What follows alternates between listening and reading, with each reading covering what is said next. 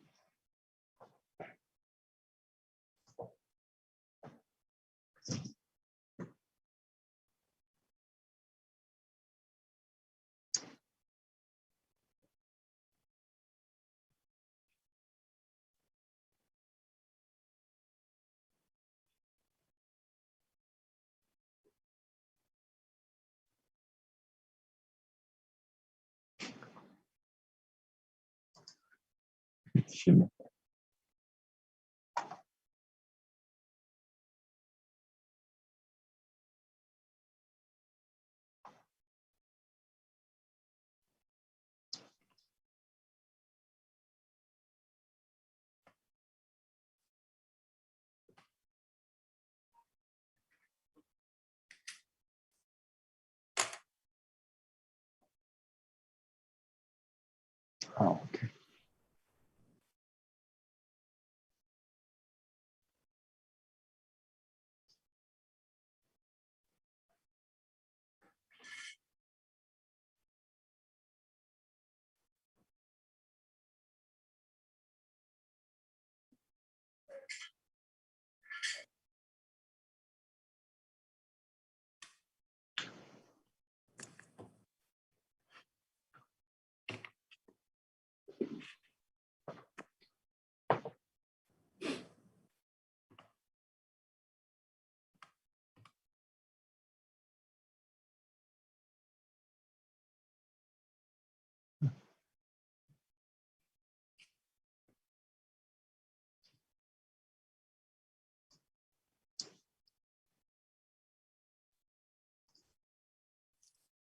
Good morning, Miss Ashley.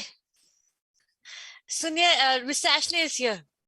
Good morning. Good morning. Good morning, Director Christian Eclair. It's nice to meet you today. It's great to meet you.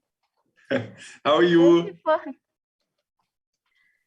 Hi, thank you for supporting for this event. I'm so happy that we are able to have this webinar in South Korea. I'm really very excited about this. Thank you so much for organizing everything and for your partnership. Okay, thank you so much.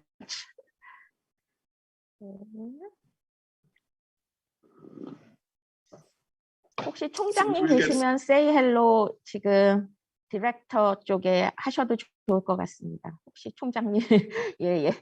Let me introduce President of Chung-Ang University, Sang-Gyu Park. So he can say hello to Director Christian Eclair and Mega Program Manager of KAS before we officially start.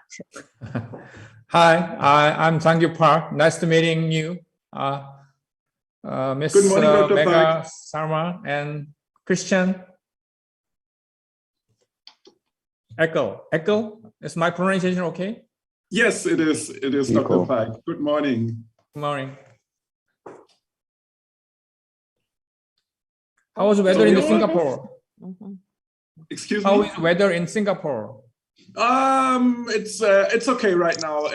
We have a little bit more rain, which I don't mind because usually it's a little bit too hot for me. But whenever there's rain, the days are a little bit colder, and that's quite nice. Okay, good, good. How is South Korea doing amidst the COVID-19 pandemic? We're still suffering. We're still suffering. We still have around 2,000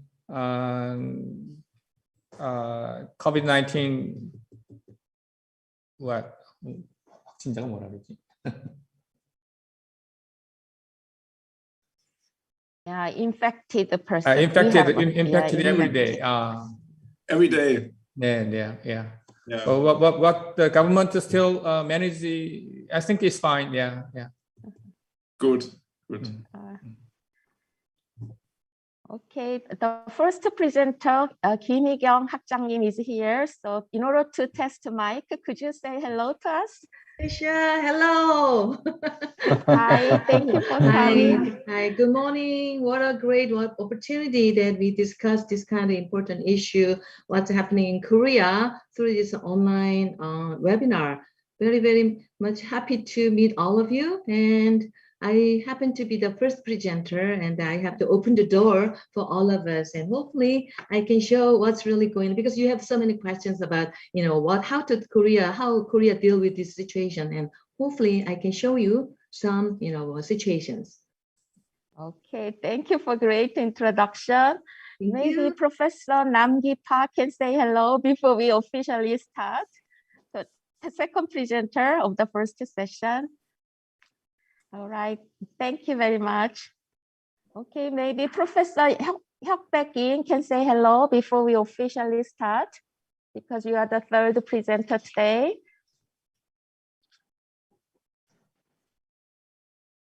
Hi, this is Professor Hyuk-baek-in of Korea University.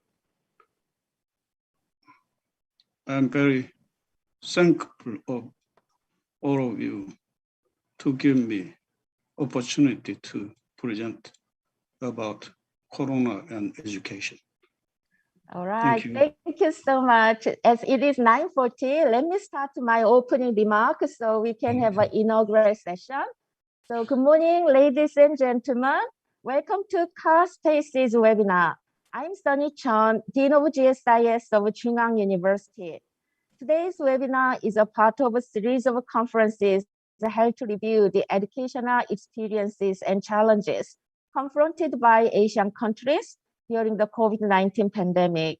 The theme of a webinar today is COVID-19 pandemic and online education, case of South Korea.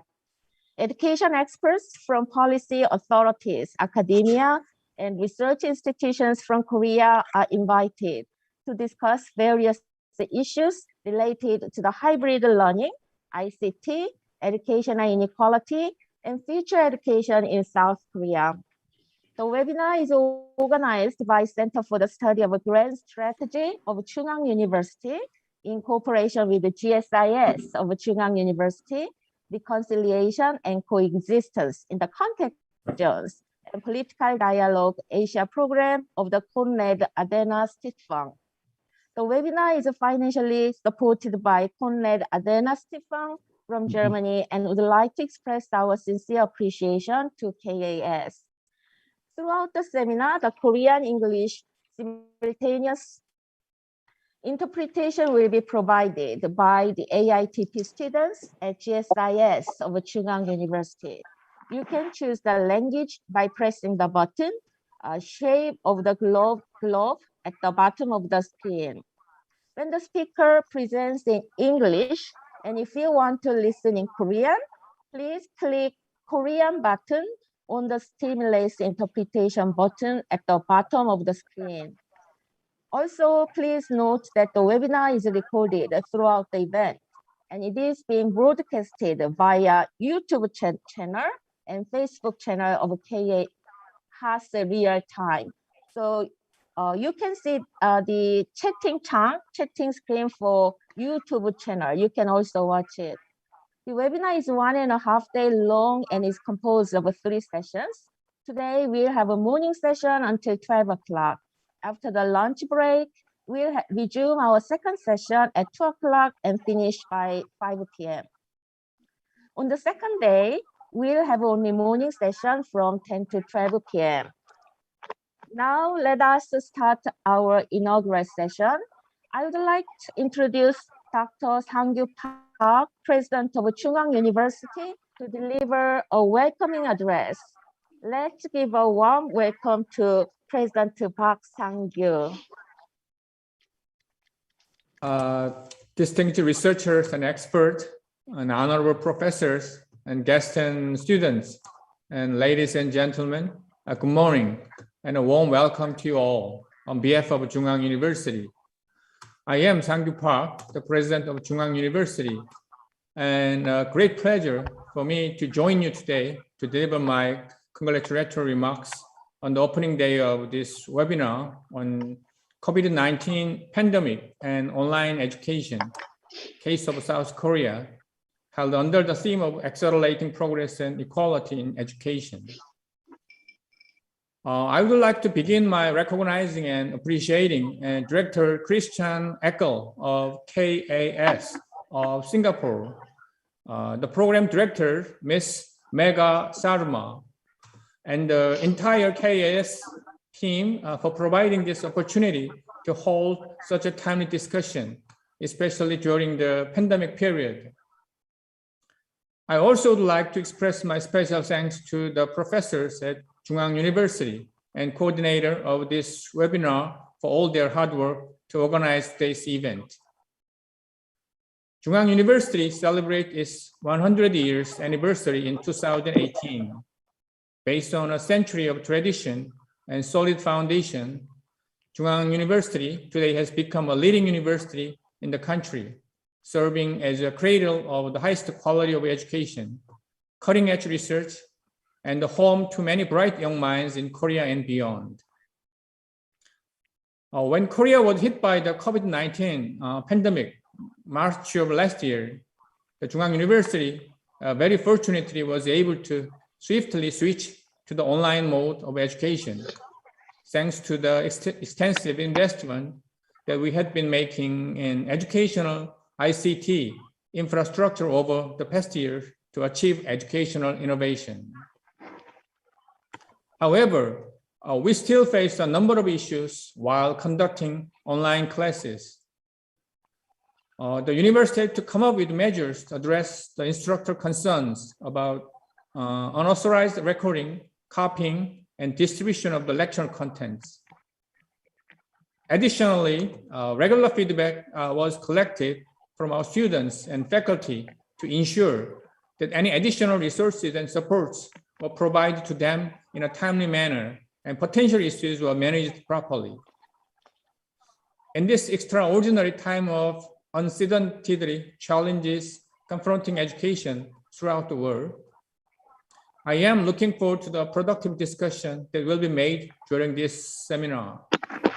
Once again, I offer my warmest welcome to everyone and extend my congratulations on the successful opening of this timely webinar. Thank you very much, and I wish you well all. Thank you, President Park. Thank you for the warm welcoming address. Now, let me introduce Christian Ehille. Mr. Christian Ehille, Director of Political Dialogue Asia Program of Konrad Adenauer Stiftung, Singapore, to deliver a congratulatory address. Mr. Christian Ehille. Thank you, Sun-Ye Chun. Dear Director, Dr. Sang-Kyu Park, President of the Chung-Ang University, estimated speakers and experts, dear ladies and gentlemen, it is a great pleasure to welcome you all to today's seminar on behalf of Konrad Adenauer Foundation and its Political Dialogue Asia program based in Singapore. The Konrad Adenauer Foundation, for those of you who have not heard of the foundation yet, is a German political foundation. We work in 100 offices around the world on questions of democratization, human rights, security, innovation, and the Sustainable Development Goals. And this is what brings us together today. We are focusing on one of the Sustainable Development Goals, number 11, on education. The webinar today is supported, as I said, from the Political Dialogue Asia program of Konrad Adenauer Foundation, but we do also have a country office for Korea. And it is a great pleasure for me to welcome my colleague Thomas Yoshimura to this webinar. He's the director of our Korea office, and I would like to encourage you to connect with him because I'm sure that he can be very helpful and very valuable in the follow-up to this webinar, also on the national level. Allow me to quickly introduce also the idea of CAS spaces.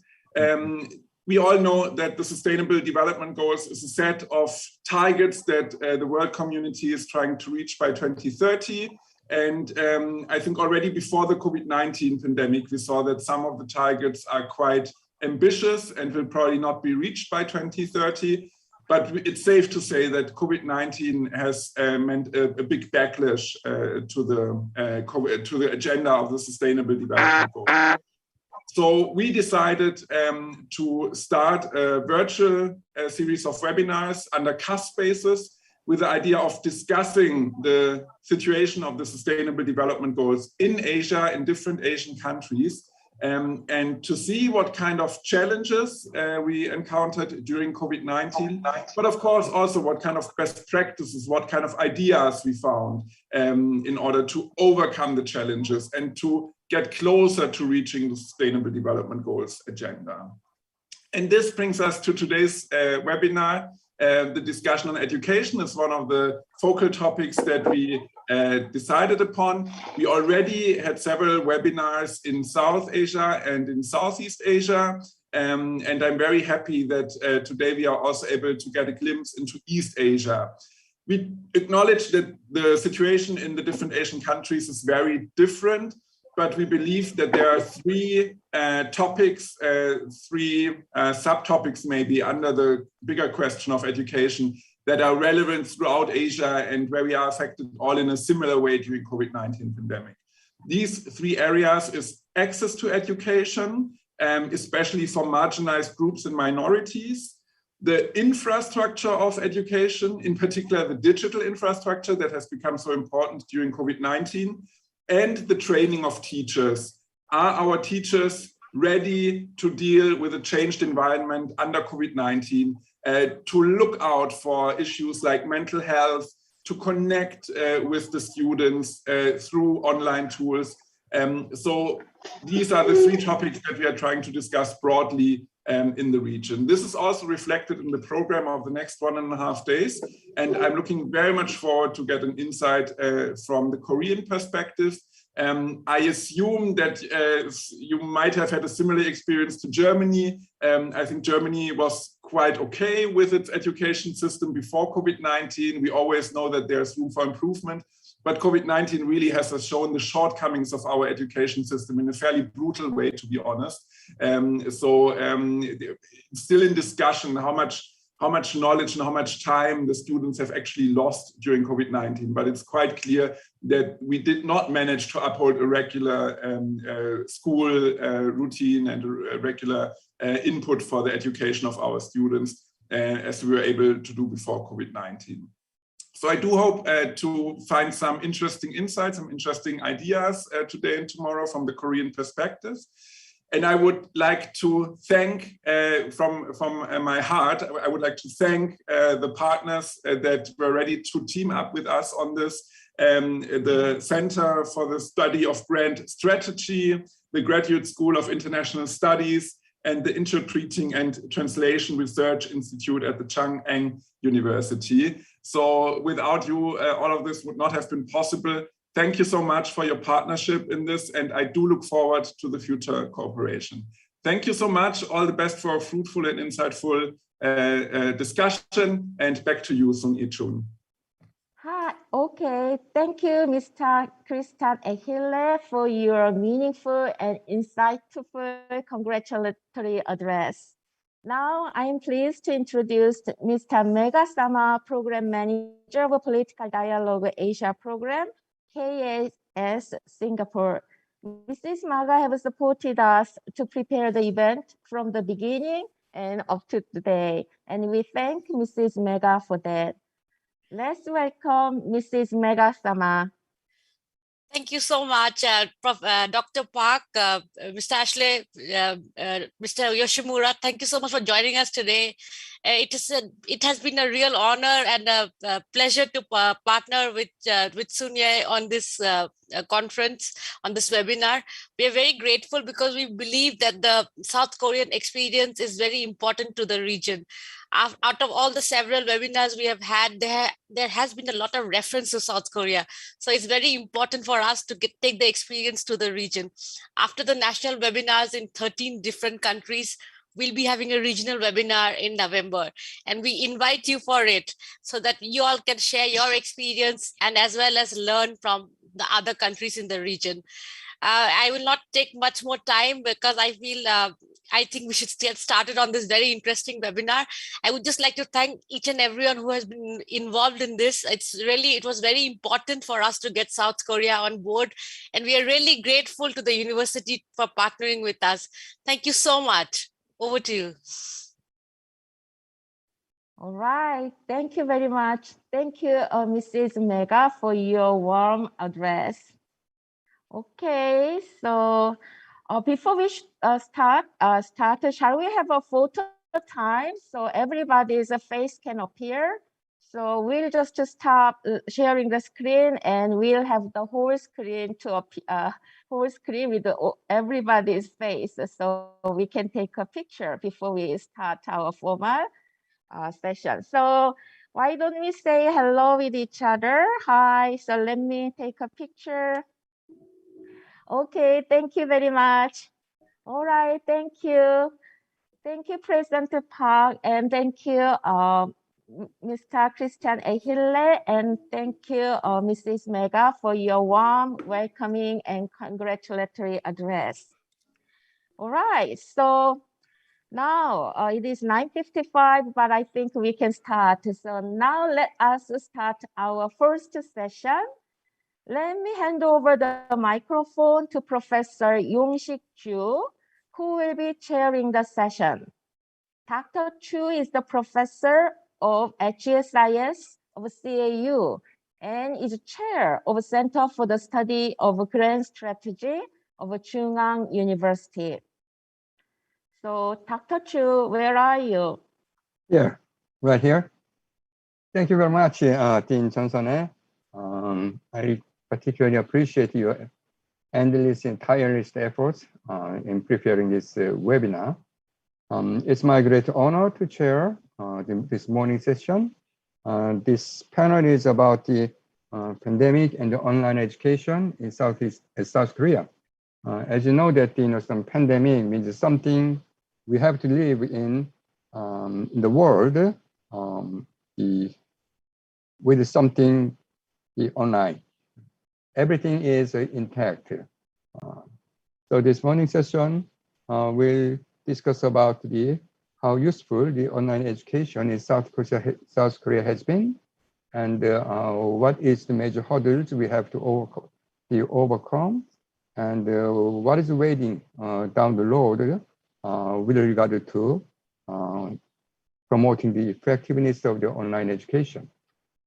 Three speakers will make presentations, and two discussants will make comments on those presentations. I'm very happy, and it's my personal honor to share this panel with the prominent and renowned the speakers on this area. Recording in progress. The first speaker is Professor Kim Yi-kyung. She's going to provide overview of the online education in South Korea, which actually proceeded the last year. And second presentation will be given by the Professor Bang Nam-gi from the Gwangju National University of Education. He will give us some more detailed analysis of impact of online education in South Korea. And third presentation will be given by the Professor Im Hyuk-baek from the Gwangju Institute of Science and Technology. He's going to show that, in the long run, what's going to happen to the education system in humanity, and he will point out what kind of a paradigm we're going to need to overcome the pandemic's turbulence in education system. Thank you very much, all three presenters here. And I would like to ask Professor Kim Lee-kyung about some online education system in South Korea. Professor Kim, please. Okay, thank you very much, Dr. Ju, for your wonderful introduction. Now it's my turn. I'm going to use 25 to 30 minutes to introduce what was happening in Korea in our elementary, secondary education plus higher education. And I'd like to share my PowerPoint to make you guys understand my presentation easier.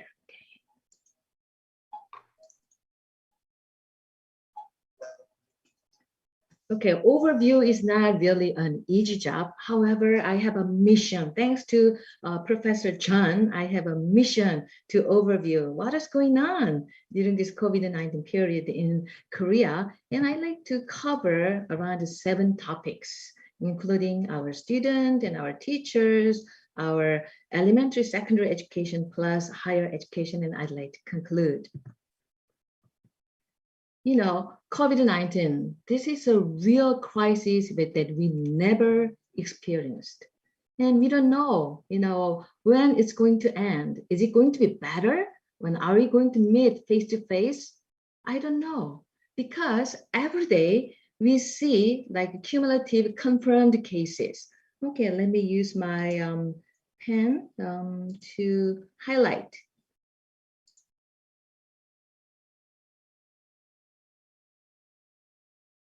Okay, here. So there are so many confirmed cases from 1,500, and yesterday it was almost 2,000 confirmed cases. You might think, oh, there is not many, but in case of Korea, it's really a serious problem. And our Moon Festival is coming, and we are worrying about if there are going to be more confirmed cases, and our schools, we are going to be in big trouble. And if you take a look at the Korean mass media, and there's a big controversy, education first or student safety first. The continuation of education is a big issue. However, in order to continue our education, if our student and teachers are in danger of infection, that is also, worse. Kids come to school to learn, but before they learn, if they're infected and they get sick, this is a big problem. That's why, controversy, should we have a face-to-face education or should we make our student and teacher safety first? So in between these two things, our schools are in dilemma. So schools try their best to make kids come to school because we reinvent our school and then we refine our school that face-to-face education is very much important. However, if there's a confirmed cases, then we have to switch back to our, online class. So go back and forth. And I like to show you those, data, offline education or online education. This shows that, the number of a percentage of students who have face-to-face education, and this is online education, and this is either school shutdown or vacation. So if you take a look at middle school and high school, very high percentage of students come to school and have face-to-face education. Isn't it amazing? In during this, a crisis, we do have schools are providing offline education. However, online education and the school shutdown, it is really inevitable. Although they opened the class, and actually in our Chung-Ang University, we have attached schools, and this school, and we have elementary school and middle school and high school and kindergarten under our College of Education. And that we share data every day, how many confirmed cases and how are they going to deal with these cases. And if there's a confirmed cases, the entire kind of student and sometimes classes shut down. And then after we feel like, oh, it's safe, then they come back to school. So this kind of situation is going back and forth. And are students going to school? And according to the very recent data, August 25th, this is the number of students who come to school for face-to-face education. Kindergarten and usually high school, very high percentage of students come to school because high school, very important, they have to prepare for their college entrance. So they have to come to school. And elementary school, maybe we feel like student safety is also important. So only 7% students come to school for offline classes. So this is the situation in Korea. I think we are dealing with this, crisis very effectively. But what about those 25% of students and sometimes elementary cases, 60% of students who don't come to school? Are they getting enough learning, education enough? So Christian talked about 3 topics: access to education, infrastructure, and training of teachers. And I think I'm going to cover all these 3 topics. And access to education, this is also a big problem because some students who don't gain access to education means that they tend to be those, students who are in a disadvantaged situation. That's why we really need to concern about it. And this is the number of students who miss school because of the COVID-19, and they voluntarily miss the school, and sometimes they are separated by the headquarters. And if you take a look at the total number, about 34,000, over 34,000 students miss school as of August 25th. So this means that they are missing their opportunity. They cannot learn because they do not come to school. Of course, missing school doesn't mean that they stop learning. They learn through online classes, but is really enough? Can we guarantee they are getting enough lessons? And let me make sure to share how education has been provided in Korea. This is like a general, brief kind of school model during the COVID-19 provided by our Ministry of Education. Korea used to be a very much kind of a country which top-down education is very much prevalent. And in this case, this crisis, I think this works because Ministry of Education, they have rules and guidelines and then delivered to each and every school. And then we try to kind of mandate our education based on the guideline. So we try to miss those, students who are in danger. We try to accommodate this kind of situation. And then according to the guideline, we have classes with reduced density because if they get together in a very much crowded classrooms, then they are exposed to a great danger. So try to reduce the density. So we kind of take a turn, maybe this week, first year student and second year student, third year student. Sometimes we try to kind of adjust the number of students who come to school. And then also kind of recession time, we also make it different. And sometimes some classrooms go online and some classes go offline. And then we try to secure our remote education infrastructure. We used to have a good structure. However, after this kind of crisis broke out, we found out that that is not really enough. So try to secure those infrastructure. And when students come to school, kind of different kind of classroom arrangement, and then in front of the school we have a camera detect body heat, and sometimes we sanitize all those chairs and then desks. And we have a screen in between our school cafeteria, and then students eat only in one kind of row. So this kind of quarantine environment was very much strict. And what if there's a student who are infected when we make them stop to come to school? And then also those students who come from overseas, then they cannot come to school, for 2 weeks until we are so sure that they are not infected. So these kind of things was going on in Korea to deal with our COVID-19 situation. And this is just a glimpse of those, scene.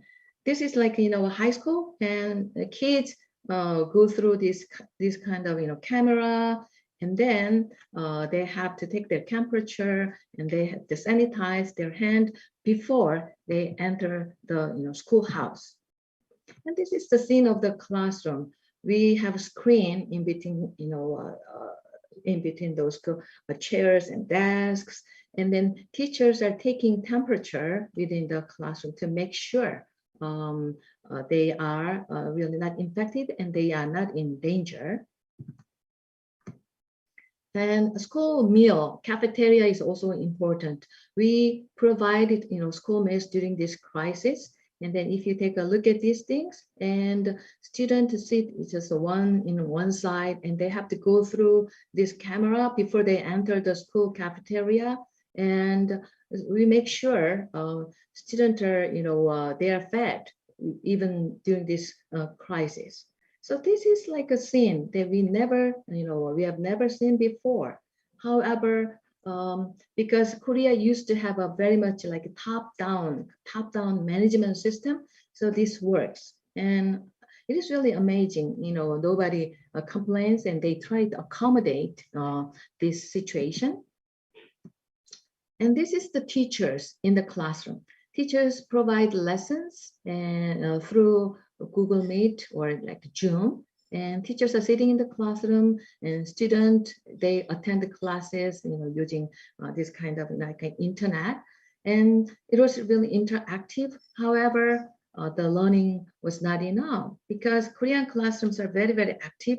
But because of this, some students are not, attending the class because their parents are working and nobody can make them wake up. And wake up calls, maybe that is also teachers' responsibility. These are kids at home. They attend classes using electronic devices. And if their parents are working and then they are out there, and teacher wake them up by telephone. And what if there are many siblings? They cannot gain access to enough computers. So this is like a big trouble. Some affluent kids and like only child, no problem. But those kids who have siblings, and we rent those devices to our students. So we just modeling through this kind of crisis situation. In Korea, college entrance examination is a big thing. Everybody's big concern. What happened to our seniors at our high school? And students, they're preparing their examination just like within the screen. But if you take a look at the classroom, less dense classrooms, because we separated the students in different classrooms. And this is the kind of classroom for our college entrance examination. We have to install our screen that kids are safe. So a lot of effort to kind of maintain our education during this crisis. However, it was not really enough, I think. Then, despite of this ongoing effort, what do our students think about in these online classes? And this is kind of questionnaire that we ask our students. And according to one of the research, found out that what are the difficulties that you are experiencing during online classes? And many students said it is really difficult to communicate with the teacher and my friends through online. That was the #1 difficulty. And for some kids, the content is too difficult, but for some kids it's too easy. Why is that? Because during this crisis, those affluent family, they take this opportunity to have extra lessons. They can have extra lessons. So maybe school classes are too easy, so they can go kind of moving forward much far away from the content they are supposed to learn in the classroom. But for some kids, It is too difficult. And they said, they cannot concentrate on the classes because, some kids, they cannot control themselves, themselves. So it's so difficult. And for some kids, those kind of device is kind of, prevent them from getting enough learning. Their notebook or their tablet PC or internet connection was not so good. So they have a lot of trouble. But number one trouble is the communication with my teacher and student. That is not really easy. So it makes us realize that communication, two-way communication and interaction is very much important for our learning. However, COVID-19 prevents us from getting enough communication, two-way communication. And we are asking, what are the problems that hinder your education through online classes? And number one factor was, I have to sit down in front of the computer too long. So 20% kids said, I become too tired easily. My eyes is really easy. I don't know, the kids spend hours and hours playing games, but it is not easy for them to sit down in front of the computer to gaining lessons. So, and number two trouble was, if there are some questions or problems they don't understand, they cannot ask instantly. That is the second problem, and they become lazy. Of course, there are a lot of self-directed learners, but those even college kids, they need sometimes supervision. And if nobody's there, they pretend they're gaining lessons, but they're doing something else. So they're getting lazy and sometimes too much homework, because during online classes, it is enough for us to have 2/3 of the class, direct teaching, and maybe 1/3 of the class, they can have their own kind of, hands-on activities. So too much homework would be a big problem to them. And they cannot concentrate because teachers are not in front of them. And if there's a very active interaction, they are not get bored. However, there's some teachers provide the lessons, one way, then they becomes very bored. So this was indicated as problems faced by our student. And how Korean government respond to this pandemic. And many people criticize Korean government as too much centralized, too much top-down. But during this crisis, I think, this top-down system a little bit worked. And government made those whole systems, how to respond to this. And even our Prime Minister of Education kind of always appear on the screen and announce what's going to be next. And so according to our government, they plan a lot of things, including how to manage our classes and schools, and how to prevent those diseases, and how to manage our international students and those caring services, and so on and so forth. So there was a very kind of detailed plans. However, there is always big gap between the top-down planning and bottom-up practice. So there are always those spots who are left out. That's why there are still a lot of kids who are out of this situation. And teachers, of course, Korean teachers are very famous for their excellence. However, teachers are facing a lot of difficulties. What are those troubles faced by our Korean teachers? Number one, of course, delivering online classes itself is a big trouble. And they find out that the gap between, among students, the learning gap, that is the number one problem indicated by our teachers. It was a difficult thing, and then they get a lot of stress. And number two, Korean teachers are very much famous for their chores, a lot of extra duties. And in addition to that, they have to prevent this disease, and then there are a lot of responsibilities to kind of make schools safe and make them their job even heavier. And sometimes Korean teachers have to deal with their career guidance and then student, life guidance. And this is maybe life guide. Many kids don't come to school, then you might think that this is not a big trouble for teachers. However, if they come to school and then still a lot of trouble, because a lot of kids, they experience stress and psychological kind of problems because no regular interaction, between and among students, and teachers have to deal with this. And then in Korea, go to the next level, upper schools is a big thing. And for college, for high school kids, college entrance is also very much important. And teachers, should deal with these issues too. So this is very, very big problem. And this questionnaire survey was conducted by our teacher union during Teachers' Day, and teachers responded with a lot of difficulties and stresses they are facing. What are the most serious problems due to this COVID-19? And teachers said the relations with their peer student, and then they have kind of sense of communities getting weaker and weaker. They find out that this is the biggest problem. What about the second problem? Those kids, disadvantaged kids, they are losing their learning opportunity, and that the gap between high achievers and low achievers are getting wider. That was the biggest problems perceived by our Korean teachers.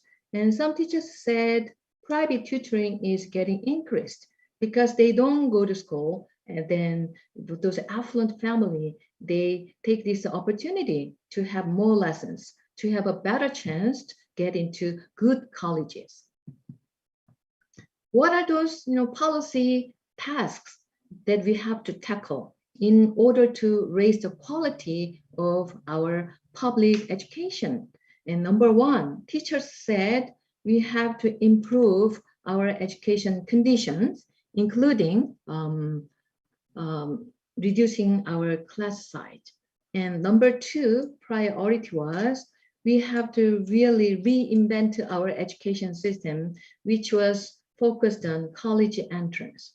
And COVID-19 really, tells us that college entrance examination, really, we have to stop this. Kids, there are a lot of responsibilities and duties for the kids to learn and to master, other than going to the college and they have a degree of college. And let me move to our universities, because so far I talked about our kindergarten, elementary, and secondary education, and how universities cope with this situation. Universities not an exception. Universities are also in turmoil. We usually provide real-time interactive classes using Zoom, where sometimes we allowed recorded classes. So professors recorded their class in advance, and then they put in our portal, and students gain access to it. And many professors provide education through real-time active classes. And very small number of classes were provided using face-to-face classes. Like, for example, in Chung-Ang University of College of Education, only 10, 11 classes were provided face-to-face. What kind of classes? Our Department of Physical Education. They need real kind of practice. So we provide that kind of classes in a face-to-face. However, I, as the dean of the college, I had to utilize all the leftover money to prevent the disease spread, because our kind of teaching assistant, they have to be there and take kind of record those classes. And then they provide those recorded classes to those students who refuse to attend the classes because of their kind of health issues. So in order to accommodate that every kids learn, they should not we cannot afford missing those classes because continuation of learning was very, very important. So interactive classes or recorded classes, some face-to-face classes, were going on, and nothing was easy for teachers, professors, and students. What do our kids, our university kids, feel after COVID-19 as a problems? Before COVID-19, they have different problems, but after COVID-19, their problems are so different. They are not really satisfied with those online classes. They cannot concentrate, and many kids complain that too much homework, and we feel like, oh, you're adult. However, they are still kids, and they cannot have continuously like a self-directed learning. So that was the problem. And they have a kind of sometimes a lot of, dissatisfaction with the evaluation, because college GPA is very important for their future, and they don't trust online examination because it's like open book, and sometimes cheating was going on. So that was also problems faced by our college kids, and they are getting tired and tired. Many of them just, playing games, and they don't go to school, and parents really worry. And then their social interactions, social connection was disconnected. So they really miss those relationships. So we find out that education or schools, universities are not only for learning. That was a place for interaction, and that was a place for kind of having psychological kind of consolation. And we are not able to do that due to COVID-19. And many kids were kind of demonstrating. They feel like, oh, I don't use the labs, I don't go to school, I don't use the library. So please, get my money. I want to get my money back. Tuition, I want to get my tuition back. However, universities, the cost is really increasing because of those quarantine problem, and the university also are losing our revenue because we cannot provide other lifelong kind of education courses. We get a lot of extra kind of revenues. However, it also stopped. So from the university side, we don't have enough revenue or losing money. However, from the student side, we don't gain enough education.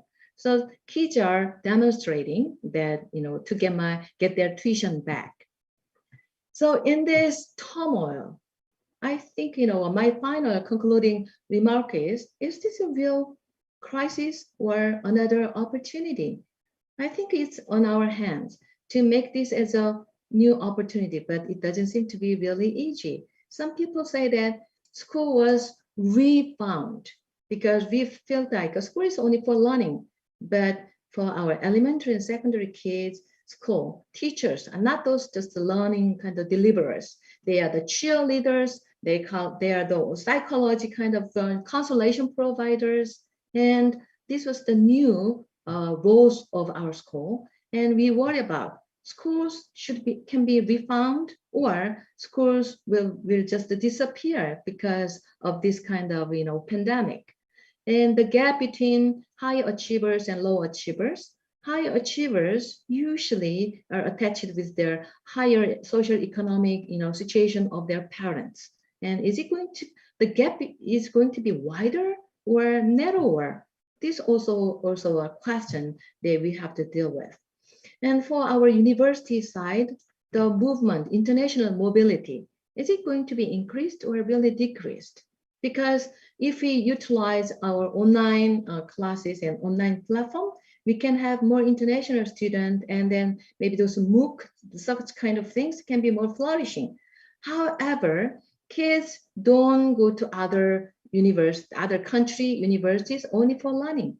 Their experience and their local kind of rich experience, also getting the culture, it is really important, but COVID-19 prevented them from experiencing these things other than classroom learning. So I just after overview Korea's educational situation, I just throw this question to all of us. The world is divided into before Corona, BC, and after Corona, AC. And Friedman said, we cannot go back to before Corona. So we have to deal with this. And how this after Corona situation unfold, nobody knows. But I think it's really depending upon our effort. Education providers, government officials, education policymakers to wisely, collectively work together to deal with the situation. And maybe we can make our not only continue, but also we can make our education, with better quality. Thank you very much for allowing us to giving me 30 minutes to briefly overview Korea's education situation. Thank you. I'd like to finish my presentation. Thank you very much, Professor Kim. It was very insightful and evidence-based presentation. You also, you almost, portraying the picturizing of what's going on in the field. As you mentioned, we are very at the critical juncture, but any crisis will bring some kind of compensation. If we successfully overcome, we can gather some more upgraded education. But if not, we may have a disaster. So we are going to, we have to strengthen the cooperation among some scholars and the policymakers. I like some your last remarks. Thank you very much. And next speaker is the Professor Park Nam-gi from the Gwangju National University of Education. She's going to show what the virtual reality is, but and Professor Park is going to give more detailed impact of the pandemic on South Korean education with some statistical evidence. Thank you very much, Professor Park, to show up at this panel, and I would appreciate your presentation to your colleagues here. Thank you. Oh, thank you very much for giving me this wonderful chance. So Dr. Kim gave us a brief overview of Korean situation, and the second presenters to me, the title was The Pandemic and Education Divide in South Korea. So I will focus on this topic and we'll talk about it. I'm using the virtual studio, so it might be a little different. Can you see my virtual studio? So I will use this one. Okay. So here, the first thing that I want to do is she talk about what people's impression about the COVID situation. And I will talk about the education divide based on some kind of statistics that was done. So first one is 2020, we have the national level academic performance assessment. And the second one is education divide based on other statistics. And the third one, I will tell you about Gyeonggi Education Research Institute. And the second, what I want to tell you is usually we focus on about academic achievement gap, but actually the social skill development gap is more important in some part, because without that one, kid cannot learn. So it is the basement. So I will talk about that one. And also I will talk about remote education experiment. I call it experiment because without COVID-19, we never can do it. Before we have a wrong impression, we found out that we thought online learning or virtual learning or teaching is better than the in-person learning or teaching. It's more efficient or more fun or what, but actually when we do experiment, we found out that it was wrong. So like Dr. Kim said, so many problems comes. So I want to tell you why it's like that and what should be done. And fourth, I will tell you about the new education paradigm for post-COVID-19. I call it smart education, smart plus analog. So use the smart phones, all kind of devices plus analog. But what I want to tell you is different from the blended learning or hybrid instruction, because blended learning or hybrid instruction is usually, that one is based on the online or virtual and just plus some offline or the in-person teaching or learning. So, but I want to tell you, a while ago, Dr. Kim said, ACBC and before Corona, we never can go back to the before Corona. It's true, but interestingly, Bill Gates said last year, I thought he's really genius. Surprisingly, he said, everything cannot go back and hard to go back. But according to him, one thing that we have to go back is should not go back directly. The online style is education. Education should be done with in-person student, teachers, and student together. So based on that one, I will tell you about the new education paradigm. And we Korean government do many things, but recently, just a few days ago, the Congress made a new law. It's a Basic Academic Skills Assurance Act. I call it BASA Act. And it's similar to the NCLB, No Child Left Behind style, but it's a Korean version. And I think it will really help for the narrow down the gap. So let me tell you this, explain these ones. So like you see here, 2020 national level academic performance assessment results. So the rate of underachieving students increased. So middle school senior is 9th graders, Korean, math, and English. Like you see here from year 2019 and 2020, from Korean case 4% to around 6.4%, and math 12% to 13%, and English 3% to 7%. And when you see the 11th grader, the gap wider. So Korean increased from 4.0% to around 7%. And math case, the rate of underachieving students increased from 9 to 14. And English case, 4 to 9. So like this, it's quite, the gap become bigger. So like you see here clearly through this table, 9th graders, 11th graders, Korean, math, English, all these kind of things that you can see. So it means that, this means that 1 out of every 10 students in the classroom is practically unable to keep up with the class. So according to OECD, if underachievement in struggling student is not addressed, lifelong potential income will be 3% less than their peers, and GDP will decrease by 1.5%. That's why we focus on this kind of underachievement problems. And here, the rate of medium level. So medium level case decreased quite a lot. So according to compared to 2019 to 2020, the English case down almost 9%, and 11th grader case almost 8%. So medium level really shrink down, and the underachievement level quite widened. So that's the situation of Korea as of now. And the rate of underachieving students by locality. So here I focus on locality because there are metropolitan schools and small town schools. And according to the statistics, it says 19, the English case, the metropolitan underachieving student is around 3%, 3.4%, and small town case 3%, 3.6%. So almost similar. But after this pandemic begins, it becomes really bigger. Lower, it's bigger and the gap wider. So 2020, it becomes 6% to almost 10%. So that's the situation of now that we have.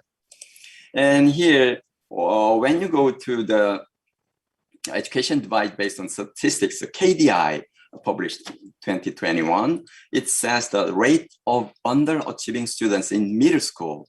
So this one is the rate of basic livelihood recipients is under 2% versus more than 10% school, means the rich area and the poor area. So when we compare this rich and poor area, the underachieving student rate is Korean case 3% versus 6%. It's almost double. And math case, more than double. Like you see here, 7% versus 17%. And English case, also 1.8% to 5%. It's really become bigger. So this kind of things shows you what happened during pandemic. And when you see here, the education divide based on the statistics, the rate of underachieving student in high school, and this one case also rich area and poor area. So high school case, Korean case, 2.7% versus almost 8%, and math case almost 6% to 17%, and English case 2% versus 8%. So when it goes to high school, the gap really become bigger. And when you see here the rate of high achieving students in high school, so this one is high achieving. So in the rich area is around 41%, and poor area is around 19%, Korean case. Math case around 44% versus 17%, and English case 55% versus 25%. So like you see, the high achieving student rate and low achieving student rate between the poor area and rich area is quite big gap there is. So this is one of the problems that we have as of now. And the Korea case, almost more than half people live near Seoul area. That is one, the big province is Gyeonggi area. And this Gyeonggi Education Research Institute, they did the research last year. And they said, who cannot understand online teaching?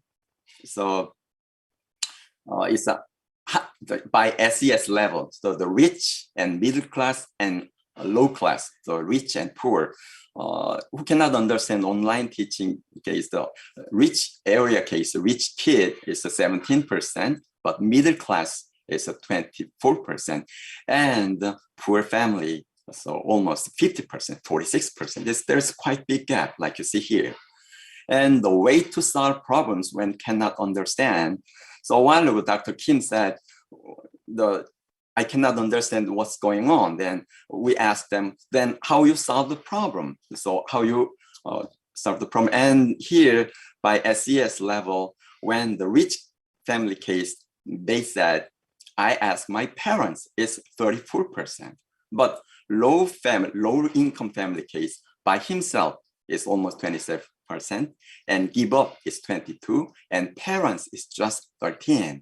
So this kind of parental background, that parental help is really important, but we have this kind of big gaps there. And in Korea, private tutoring is quite important thing. And people think that we should take away the private tutoring, but I make the joke that this time during the pandemic, Korean government not dependent on only public health system. We depend on the private health, like take caring systems, so private hospital really help all these kind of things. So I tell Korean society that this kind of pandemic period, public school cannot handle all this problem. Maybe we use a private sector as a partner. But anyhow, this private tutoring time increasing rate is rich family case 31% and low income family case 24%. Even the low income, still they have to pay for it because students cannot go to school and they need this kind of help and parents cannot give them. So this private tutoring time increasing rate case, rich family increase more, but still poor family also they do more. And like I told you, what important is the social skill development gap. So social skills are also threatened. So this also contributes to the widening the academic achievement gap. Without the displacement, student cannot learn well. So with existing technology, online education cannot substitute in classroom learning.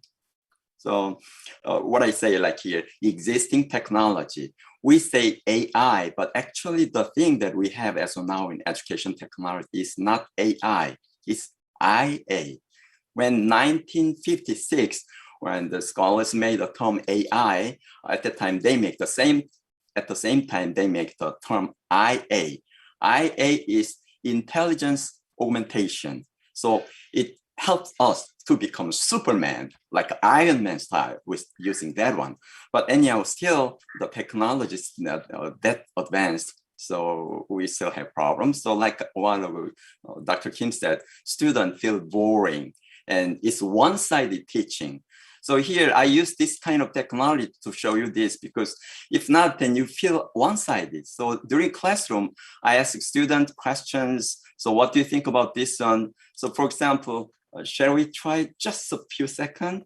Dr. Kim, so as of now, I tell you something. So what's your opinion about the role of the online education and limitation? So what do you feel?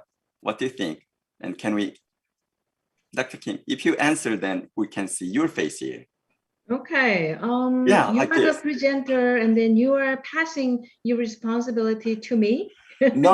I just want to show you what can be done. So through this way, students don't feel boring. I see. Yeah, they think Yeah. it's really interactive and they enjoy this kind of settings and all these kind of things. So we have some technology, but still teachers are not that used to use this kind of technology. So they just do one-sided teaching. That's why I just want to show you this one.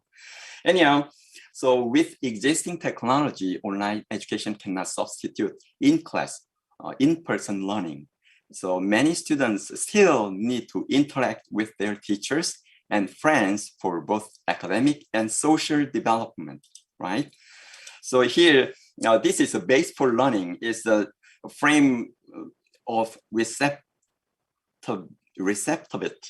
by Won Dong-yeon in Korea. He said self-control and the academic level and your physical level and mind, the psychological level and human relationship, all these kind of things will be the basis of learning. If anything is lower thing, for example, you cannot control yourself, self-management level is really low, then your learning level will be only this one. So this shows you quite interesting things. So we have to focus on student psychological problem or physical problem or self-management or human relationship, all those kind of things is very important. So Korea case, we have this kind of test things. So we test the basic academic achievement things, but also we test other things. So we have two things. One is the emotional psychological test tools. So this is the emotional psychological test tools.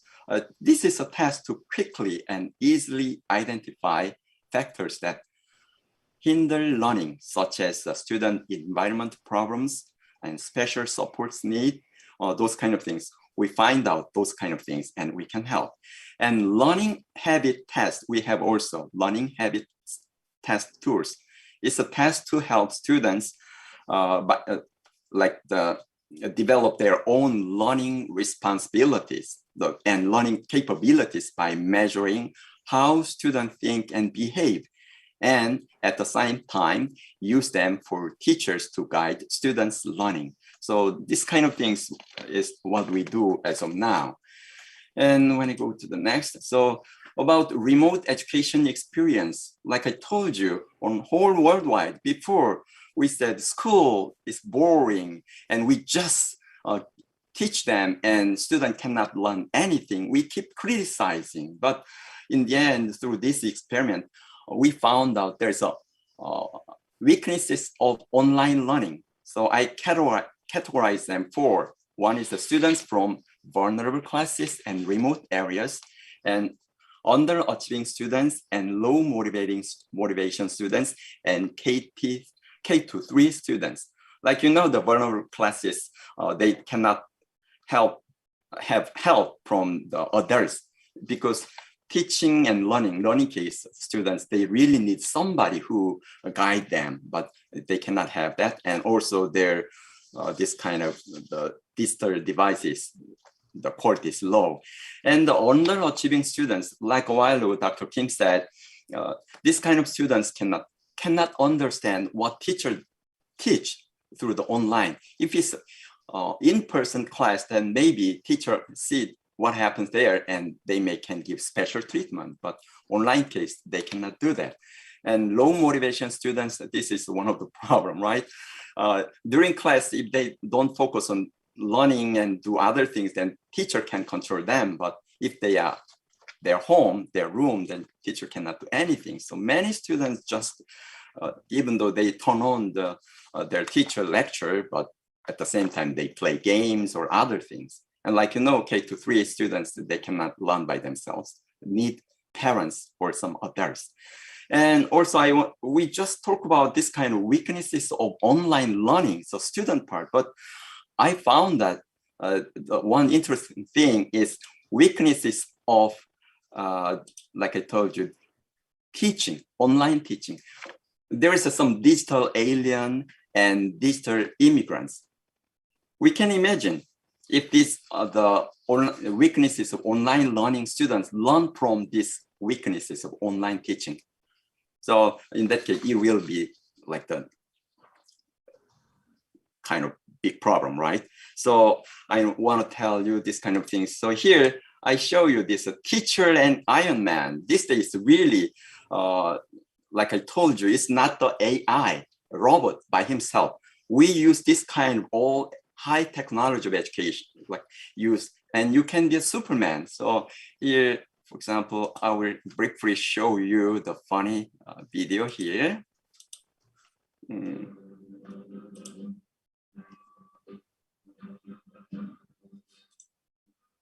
So like this, you know, this Iron Man movie, right? So by using these all kind of tools, you can be something. But the teachers who cannot use this kind of devices at all, then really they will be in trouble. But like I told you, these days, this one is not independent from human beings. They inaugurated, I mean, they empower us if you know how to use it. So here I say AI or IA, it means, so IA case like, you know, artificial intelligence, but AI case, but IA case, intelligence amplification or augmentation. So this one case really will help us. But like I told you here, AI and human touch, I focus on this one because what AI cannot do is motivating students. As of now, this AI, even though we call them AI, but actually, like I told you, it's IA. So they cannot communicate freely like human beings. So later, if AGI comes, AGI means artificial general intelligence. Human AI is exactly like human. They can talk natural language and their body movement is so efficient and they can do multitasking. If they can do these kind of things, then maybe they can motivate their students. But as of now, only human beings can motivate students. Who doesn't want to study, then it's us. But student who doesn't want to study, if we give them this kind of AI program, whatever, AI cannot do anything, right? So we have to know this kind of things. And that's why I say here, the new education paradigm for post-COVID, I named it smart log education, smart plus analog. Smart here means we have smart devices, and using these smart devices, we can do many things. But still, even though after Corona period, main agent of teaching should be school and teachers, and the communities and other various external institutions, maybe they can help, but still main agent will be school and teachers. But still, teaching doesn't mean go back to the former before Corona. Now, after Corona teaching method case, we can use various kind of tools as of now. I'm in my office, but I tell as if I'm in some kind of studio to talk to you, right? So this is possible because of all kind of technology. So using this kind of technology, students can learn from other teachers in other schools, or they can learn together from other even out-of-country students together in one classroom. So all these kind of things will be possible. But still, offline-centric online utilization. This is the smart log paradigms teaching method. It's different from hybrid instruction and blended learning focused on the online utilization, online things. And the utilization of regional centers, I focus on this one because Korea, as of now, local education communities, they think it's very important and they try to do it, but still not that effective. So I tell them, what do we have to do? What do we have to think about this? Make all our workplaces as a kind of learning centers. So when I have chance, I will talk about them more. And I don't have enough time, so I will just briefly introduce you this Basic Academic Skills Assurance Act. This BASA Act passed the plenary session of National Assembly on August 31, 2021, just a few days ago. So it is similar to the NCLB, No Child Left Behind Act of USA. So what MOE will, MOE will assist all students to meet the minimum standards that must be achieved through the school curriculum. And the basic academic skills to be achieved will be prescribed by a presidential decree. As of now, it's not agreed by teachers and the school districts and the MOE, but it will be prescribed there. So based on that one, they will try to help students. And MOE must make a comprehensive plan for basic academic assurance every 5 years and make a committee for basic academic skill assurance under MOE. Also make a center for basic academic skills assurance in each local school government. So I tell you briefly, and let me summarize. Before Corona, we thought schools failing. It's boring, students sleeping, and they cannot learn well. So at the time, we talk about online learning and the virtual learning will be really fantastic.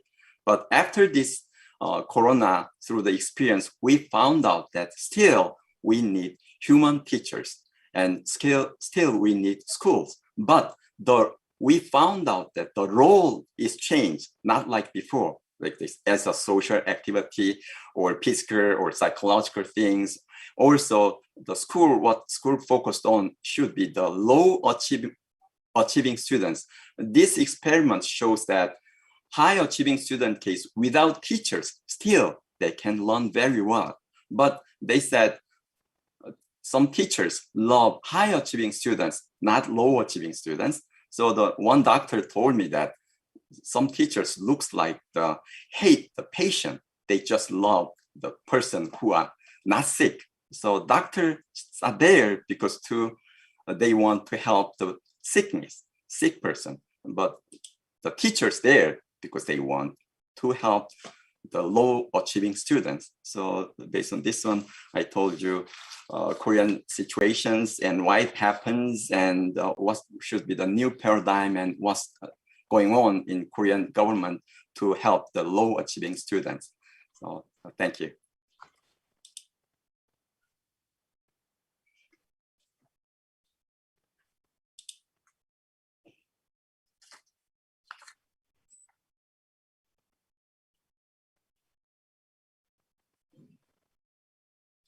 Oh, do I finish too early? Then I can give you some speech more. Proceed, Professor Chu. Why don't you introduce me? Microphone. 지용식 교수님. Professor Chu. Yes, everyone. I'm sorry, sorry. I'm not ready to use the advanced technology Professor Park just showed. And now we're going to listen to the macro level perspective on pandemic and its impact on evolution of education system.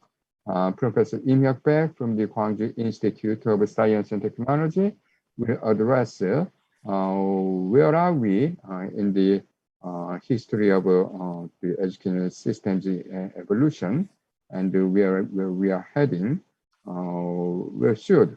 So please, give hands to him. He's very renowned professor in international relations in South Korea. Professor Im, please. Upload my on the screen. Okay. Okay. Thank you for all again. Here I would like to talk about more general issues of the evolution of education and how the COVID-19 pandemic has impacted on the evolution of education and what about the future, innovative ideas for education in the era of pandemic.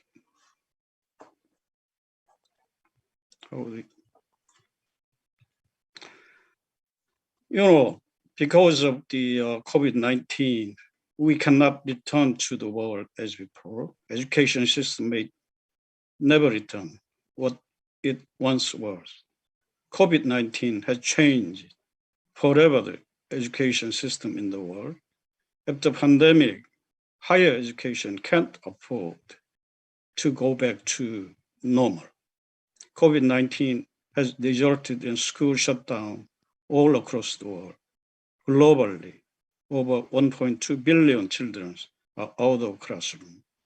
As a result, education has changed dramatically with distinct rise of e-learning, whereby teaching is undertaken remotely and on digital platforms.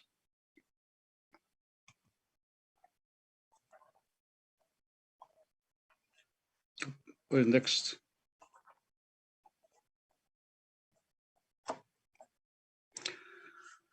First, I would like to talk about generally how COVID-19 has impacted on social and economic transformations. Politically, Keynesian state returned after the demise of neoliberal state. We have seen the return of caring state in preventing epidemics and providing that caring state providing vaccine and emergency economic support. And the social economically, we have seen the evolution of platform economy. We have seen the on-demand, on-call service and sharing economy with employing gig workers. And we have seen untaxed society and in the area of education, distance learning, using radio, TV, mobile phone, and online learning. And then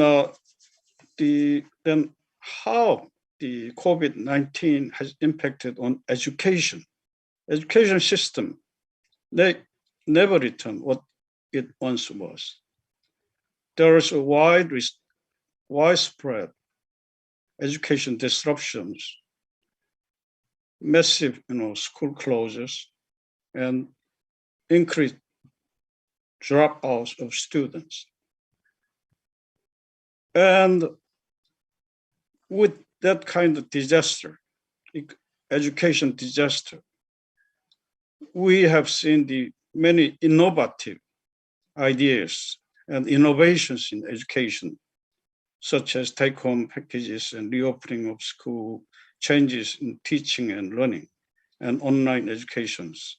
And fourth industrial revolution in education, provides many innovative means for solving the education disaster, such using the VR, BR, and AI. And the massive invest in digital technology to provide more resilient, education system with equity, inclusion, risk management, and communications, consultation, and coordination. And as Professor Bang-Nam-Ki pointed out, we have seen the widening digital divide in education.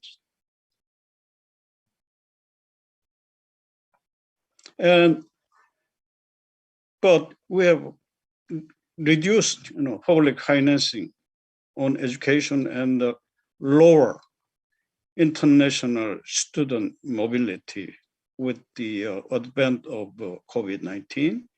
And increase of continuing student learning and demanding teachers' preparedness to support digital learning and vocational education during lockdown. Now I would like to talk about how education has evolved from education 1.0 to education 4.0. Education 1.0 is the education system in industrial age. It is basically pedagogical and essentialist education. It is teacher-centered system that teacher lectures many students like an information assembly line, and teachers give knowledge as absolute leader, while students are all treated the same as passive recipient. And the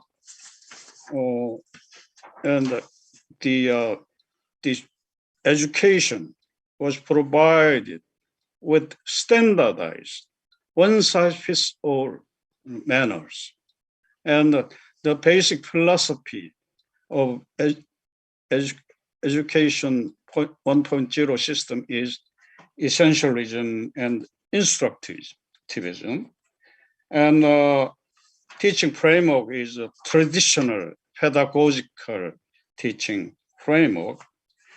And education 2.0 is education system in the era of internet. In the era of Web 2.0, it is an education system in the SNS or social media era. By using blogs and the podcasts, wikis, and PowerPoint, Google Docs, and other digital tools. And compared to education 1.0, there was more, interactive activity between teacher and student, and student to content and expert. And the teacher is not absolute leader, but orchestrate of education. And there's more, communication and collaboration between, teacher and the student, and teacher impart knowledge that student can digest, collaborate, and fully comprehend. And students are considered equal. And education 2.0 still lacks, student-centered approach. Basic philosophy is constructivist learning. Education 3.0 is education system in digital ages. It is evolved from teacher-centered to student-centered system. Students guide their own education via online self-study with teachers acting as guides and mentors, and student-centered system with teacher as coordinator, facilitator, advisor, and self-learning students. Student learners act as connectors and create as well as constructivists. And there's wide, ubiquity of Web 2.0 and the Web 2.0 technologies are applauded, widely. And Web 2.0 supports learner-generated content and learner self-directedness in information discovery and in defining and in learning phase. And Web education 3.0 use, mobile device to, blog contents and create photo essays, make video podcasts, and using, SNS SNS such as the Facebook and Twitter and Edmodo and Instagram and YouTube, student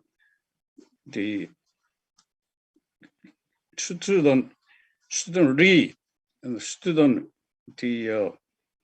initiated the education, but in education 3.0, still teachers' authoritarian mindset are barriers to change from education 1.0 to education 3.0. Teachers' mindset to resist education paradigm change, such as educator as a research guide, learner as a teacher, learner as a connection maker, learner as a content producer and a shopper, and open access to information, social network for connecting diversity of network and the web as curriculum. Teachers has mindset to reach this new paradigm. But the bottom line for education 3.0 is what is in the best interest of learner is the education, not the teacher. Shouldn't be the central to education, not the content, not the test, not the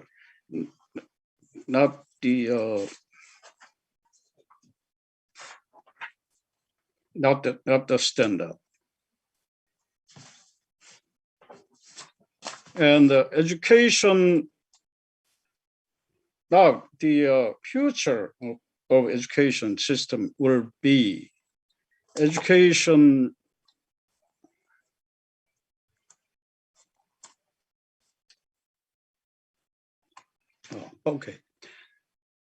Education 4.0. Move to education 4.0. Thank you. The future of education will evolve to education 4.0.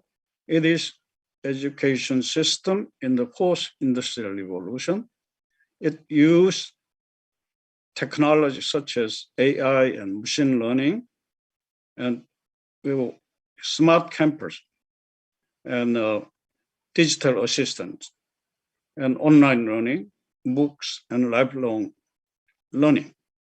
And it has a personalized learning plans for individual students, and teachers play only a minor role as learning counselors. Next page. World Economic Forum, so-called Davos Forum, suggested education 4.0 has this kind of framework, made with this kind of framework. In terms of learning contents, there's more global citizenship skill and innovation and creative skills and technology skills and interpersonal skills. In terms of learning experience, education 4.0 has personalized and self-paced learning and accessible and inclusive learning, and from process-based to problem-based and collaborative teaching, and lifelong and student-driven learning. Next page. Then, what are the role of the COVID-19 on the evolution of education system? The COVID-19 could be black swan that triggers digital transformation of education. COVID-19 played the role of game changer of economic paradigm, and COVID-19 disrupted old educational system to lose relevance. In-class, such as in-class contact and teacher-centered education, and pandemic crisis accelerate innovation in education. Such as new digital learning, platform learning, and public-private education partnership, and widespread evolution of distance education, remote learning, and online learning.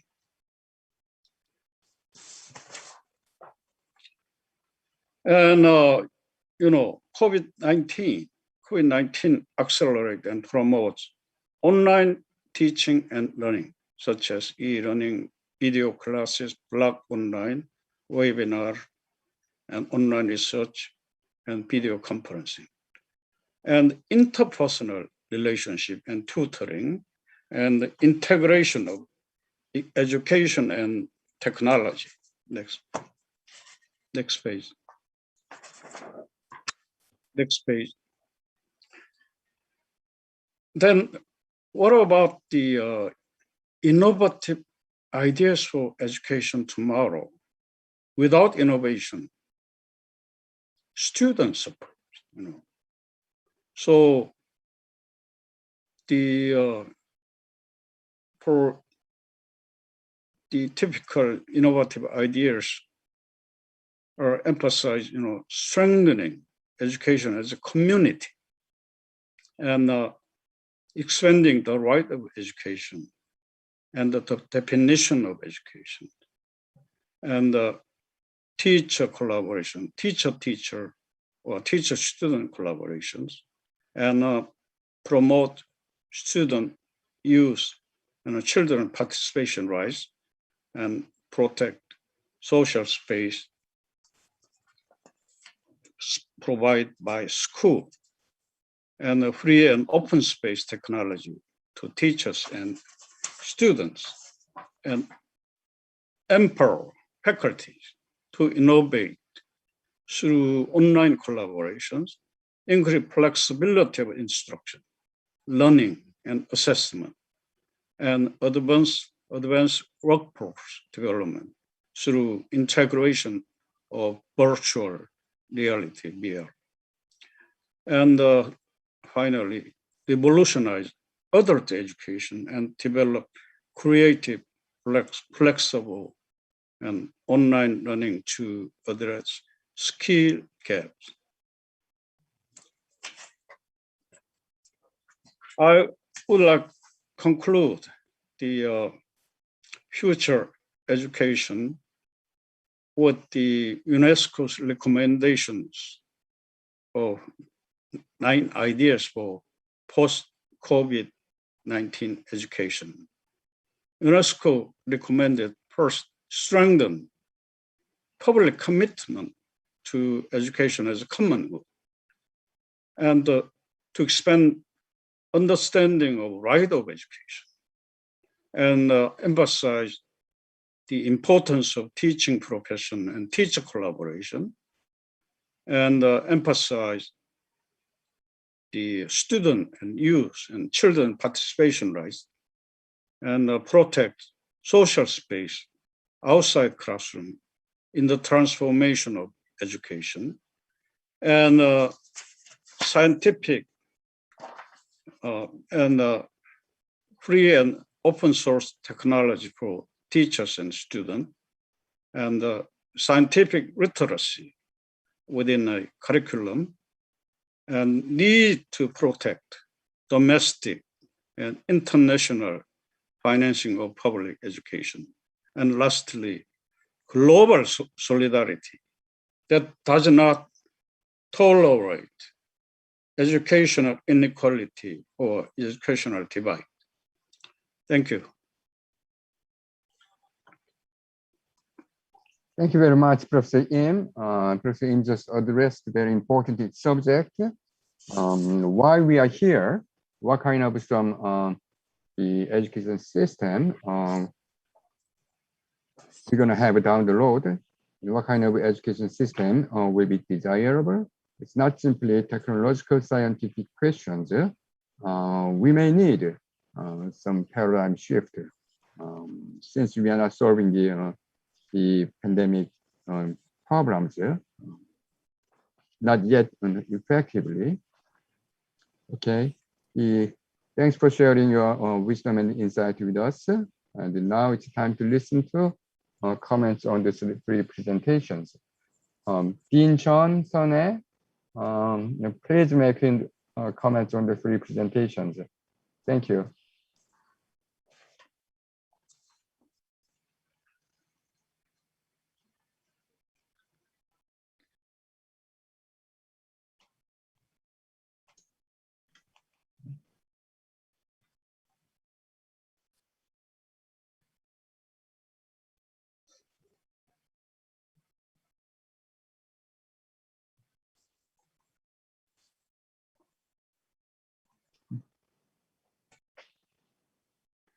Okay, can you hear me okay? Yes. All right, thank you very much. Thank you for insightful presentations. So listening to all three presentations, we were able to understand what was going on during pandemic in education system, what kind of problems and difficulties students, teachers, and parents were having, and what kind of challenges lie ahead. So listening to presentation, I felt a little bit relieved because I felt that I am not the only one who is feeling confused, but we all are in this boat together, navigating our difficult times toward our goal, where we can overcome our difficulties, and to the construction of a competitive and very good equal education systems. So if the COVID-19 arrived in 1990s, maybe we could have a more impact, or we could have not have any impact, because at the time technology did not develop that much. But because COVID-19 arrived in 2020 of the fourth industrial revolution era, as Professor Im also mentioned, that it is a game changer in education system. But actually, before pandemic, we were transforming into the digital era because of the fourth industrial revolution. So I think the pandemic has facilitated the advent of our digital era. Okay. So during pandemic era, classes held remotely on digital platforms. All three presenters agree that the education system may never go back to what it used to be, and calling it by Professor Dean Kim-Il-kyung like PC and AC, before and after coronavirus, corona. Okay, so, and also all presenters are unanimous in agreeing that digital technology in education is the complement, should not be the replacement of human touch. But however, we have seen the hope that well-designed online learning will provide new opportunities to better assist education in the future. So Dean Kim-Il-kyung gave us extensive overview of the Korean education situation during pandemic. So even though students in middle school, high school, elementary school went to school in person, but the learning environments were carefully controlled, and students suffered in following up the course materials, lack of the quality of digital devices such as tablet or PC, and lacked the spaces to study, and also had difficulty in socializing and communicating with each other, with the friends, and also with the teachers. Teachers also suffered. The teacher had a lot of a burden of both having to teach and also having to conduct infection preventive measure. And also teachers had to respond to the complaints from parents. And also we are being continuously evaluated by the school, even though it is the special case of a pandemic. It was a really informative presentation. We thank you for that. And Professor Nam-gi Park's presentation was was special in particular because the presentation presented us with the evidence of education achievement divide and social skills development gap during pandemic, based on the data. So professor showed us that rate of underachieving students increased, while rate of medium level students decreased, and students at small town schools suffered more. So also Professor Park emphasized that online education cannot replace the human touch in learning processes. Professor Im Hyuk-baek's presentation was very impressive because we were able to go from the education era of 1.0 to 4.0. And if I understand it correctly, up to education era of 3.0. And it is a teacher-centered teaching system. But having education 4.0 era in the first industrial revolution era, the paradigm is shifting in learning, contents, and experiences. So if we teachers are stubborn, not changing our mindset, then it will be only students who will be suffering. So that was very informative presentations, and I thank you for that. So if I may say my personal experiences, so when we had to move on to online everything, actually I was very happy in anticipation that my opportunity was expanded because I was able to attend all webinars on platform, online platform, which I was not able to attend because of geographic locations, or because I was not a member of that special group. So I was so excited with the Zoom address and ID and password. I was able to attend all of them, meeting so pronounced scholars like Nobel Prize winner. But it was not long before I realized that it is not that rosy idea, right? I had a limited hours of a 24 hours day, and I have a limitation in cognitive abilities. Okay, and also I need time to digest new information. So not so much difference. Okay, so what is left with me was the kind of online fatigue. There are so many things going on, exciting online, but I'm not participating. So that is online fatigue. And I guess that is the same situation with the students. We expect that students can learn a lot from online if we upload many interesting ideas and videos, but it is not the case. Teachers or students are the same, I guess. So when first I learned that I have to teach online, I was disoriented and I was very worried. So I chose to upload my pre-recorded tape, hoping that students will repeatedly watch the videos at any time at their convenience. But it was also a rosy picture. When I checked the records of students visiting time or watching video time, there are only very highly motivated few students of finishing the watching video. And as time goes by, we all adjusted to the new situation, and I had enough courage to meet students online on real time on Zoom meeting. And that was much better. And I realized that students also adjusted a lot. So we are gradually adjusting to the new environment. So when I offered the choices where students can come in person to the classroom, students chose not to come, and they expressed their desire to stay just online. So like as Professor Bach showed us the taste of a virtual classroom. So if we can have a virtual classroom, or professors, teachers come in hologram, so just standing beside me on hologram, and I think it will do some good to us, imitating real classrooms. And also online communication facilitated only by the degree of offline intermingling experiences. And I think this is related with what all presenters mentioned, that online cannot replace human touch. I have experience of come up with a new proposal idea with research researchers from 4 different countries.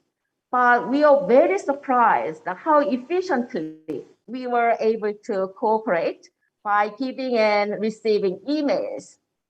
And then I thought, why we are so efficient at communicating with each other?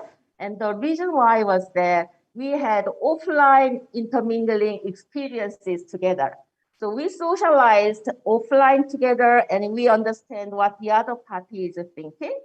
That is the reason why we were so efficient in communicating online. So I guess this should be the same with the student interaction. Students interacting with each other, students interacting with the professors, teachers, learning, socializing, and learning the emotional skills like empathy, then we can be effective online. So that is my personal experiences. And during pandemic, most economy reverted to the Keynesian state, as Professor Im mentioned, where government intervened heavily. And Dean Kim Hee-kyung showed us how Korean government responded in broad measure. Actually, South Korean government intervenes in economy and education system heavily. So in order to support our economy, moving from labor-intensive economy to ICT economy, Korean government invested heavily in integrating technology into its education system since the 1990s. So we Korea have a reputation as a global ICT pioneer. 99.7% of households who have a full access to the internet, and 99.9% of teenagers used high-speed internet.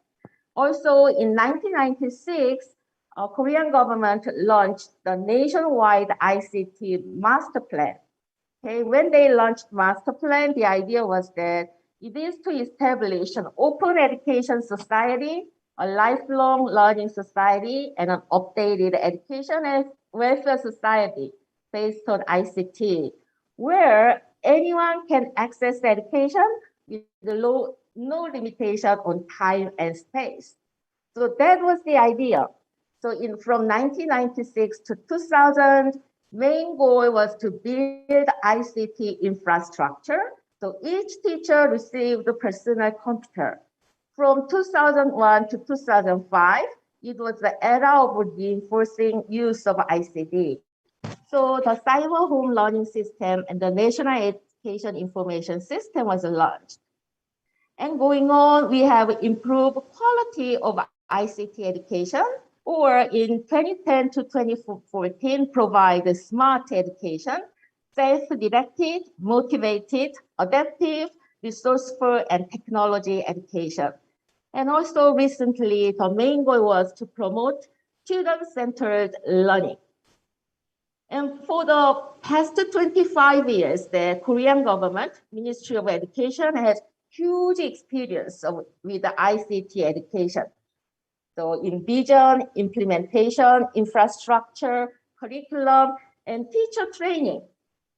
So when we had a pandemic, and MOE, Ministry of Education, announced that in order to move on to online education, in order to substitute physical classroom, we need to expand ICT infrastructure. So everybody was surprised. What happened to us? What happened to all the effort we have been putting on our ICT infrastructure build up in education?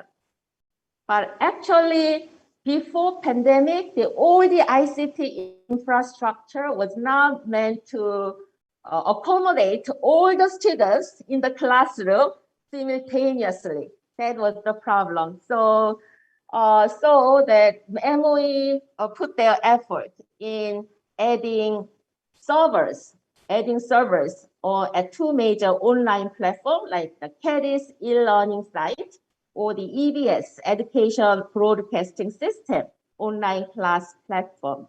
So now it can host 3 million students simultaneously, and around 470,000 online classrooms are made on, right? So now I guess in infrastructure, the MOE have done great job. And also government, MOE had supporting capacity building for teachers. It is the same, online or offline, without quality teachers that we can now achieve educational goal. So government published and distributed online education guidelines nationwide, and websites such as School Own, Teacher Own was created in order to aid teachers into technical matter remotely.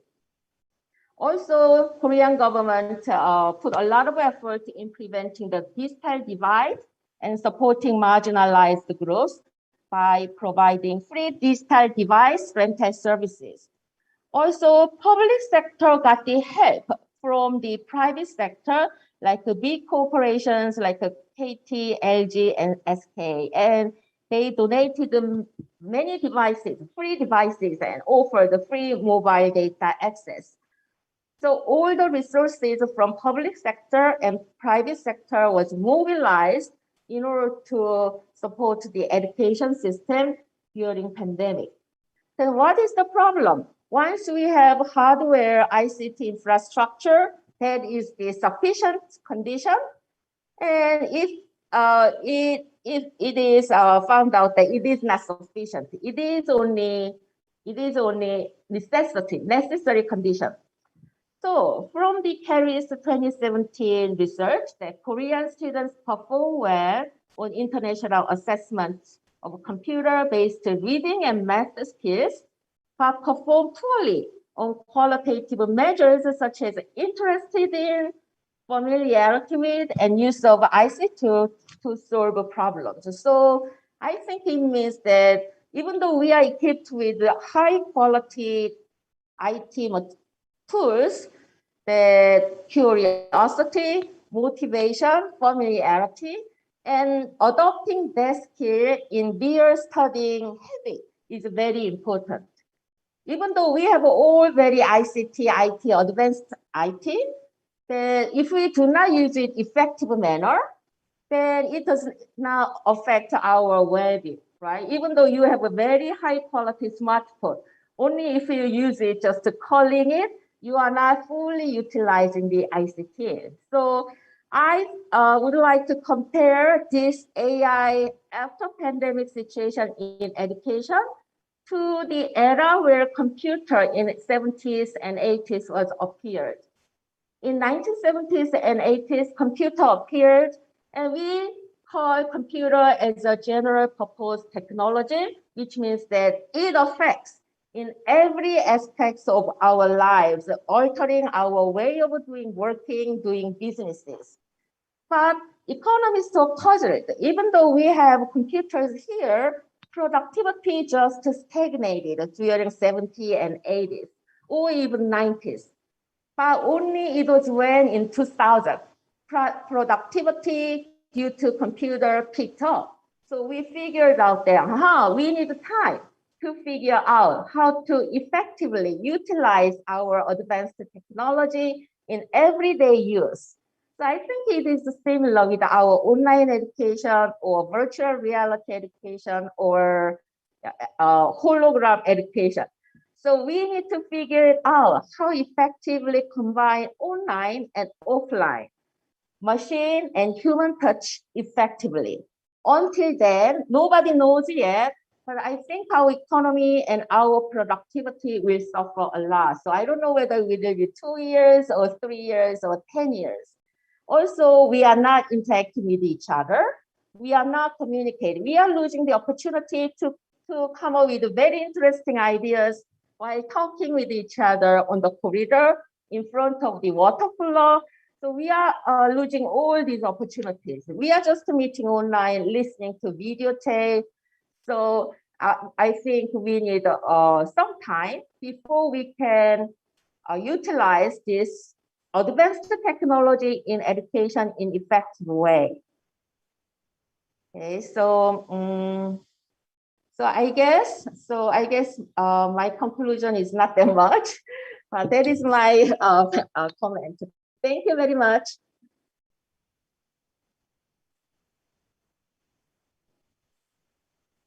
안 들리죠?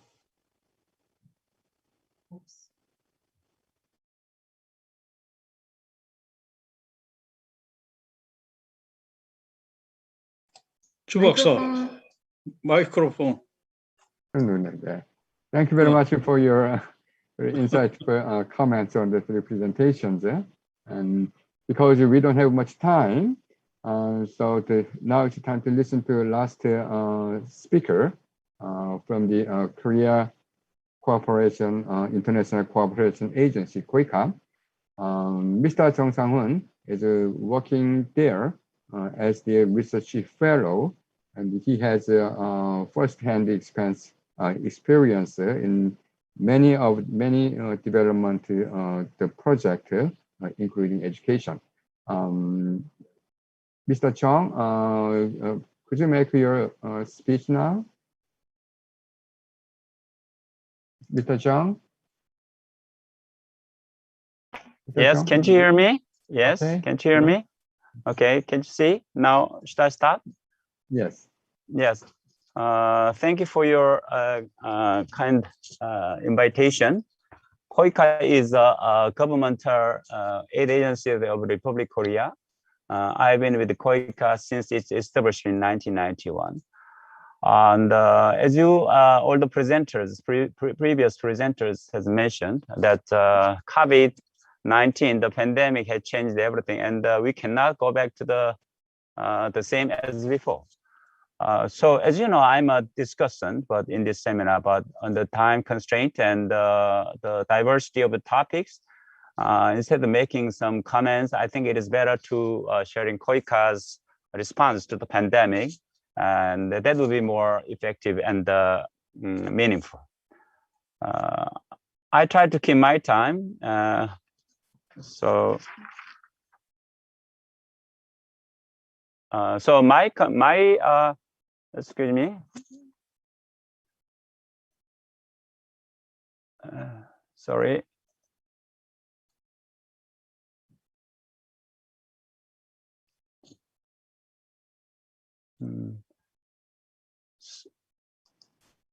So my presentation is composed of 5 parts, but I mainly focus on 3 and 4. And in here, I would like to explain what is KOICA's response to the pandemic. And I also would like to introduce KOICA's programs and strategies to education. And also I take out some samples, which was focused on e-learning and e-volunteering.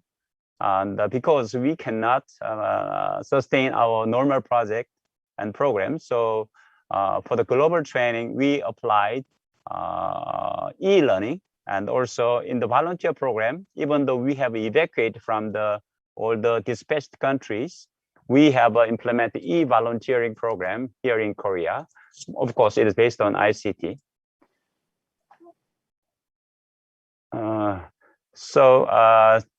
Since the break of COVID-19, social, just a minute.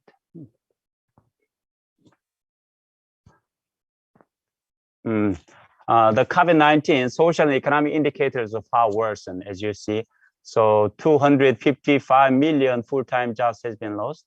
Also, most importantly, wiped out 20 years of education gains. Also, foreign direct investment was dropped by up to 40%. So already, based upon the informations, so already even before the pandemic, the education targets to achieve the Sustainable Development Goals, or in just briefly, SDG was already behind. Of course, after pandemic, it is an inequality or learning gap has been far worsened. So this is the situation. And then the COVID-19 pandemic has highlighted the need for global solidarity and the greater international cooperation. But UN Secretary highlight, it should be an opportunity for fundamental change. So I think this is important points. So not only is a matter of a crisis, but it's an opportunity. And also from the point of ODA, official development assistance, because all the countries are in great need of financing. So official development is kind of external official aid, so it should be more important. So for Korean government also has engagement in this. So UNESCO is taking the lead in the education field. So, but we have to, it's noteworthy that the UNESCO has invited IT partners to design and deploy innovative solutions. So here we can say for the education, especially e-learning, technology component is very important, and he became regular partners in this educational field. So now we see Korea's response. For Korea, always the volume of ODA is important, but using Korean ODA budget, Korean government would like to focus on the 3 SDG, and also on 5 key sectors, which include education and the grant assistance. KOICA is a grant responsible for grants and technical cooperation, and grant assistance to be prioritized in education, humanitarian assistance, and those kind of things. Also, in the global health, Korean government has pledged 200 million funding for vaccine supply to developing countries in June of 2021. So there is some comparison. You can just make a reference, but Korea is by volume, Korea ranked 16th by providing $2.7 billion a year. So this is you can see it is a kind of powers, economic powers. You can see the United States is the biggest donors. So now Korea's responses to how the Korea's successfully managed the COVID. This is not a topic here, but KOICA also have provide some research papers, so you can see. But I'll just skip here. So KOICA's responses to the pandemic. At the initial stage, at the break of COVID-19, under safety first policy, KOICA stopped most of all programs. WK stands for World Friends Korea. This includes the volunteer program and the advisor program. So they have been evacuated in June 2020. So also KOICA has been undertaking pandemic-related activities, sponsoring such as opening portal. If you visit here, you can find a lot of information, what KOICA is doing or what Korean government is doing. Also sponsor researchers and forums and seminars. Also KOICA has provided facilities for 2 weeks quarantine headquarters in KOICA headquarters facility.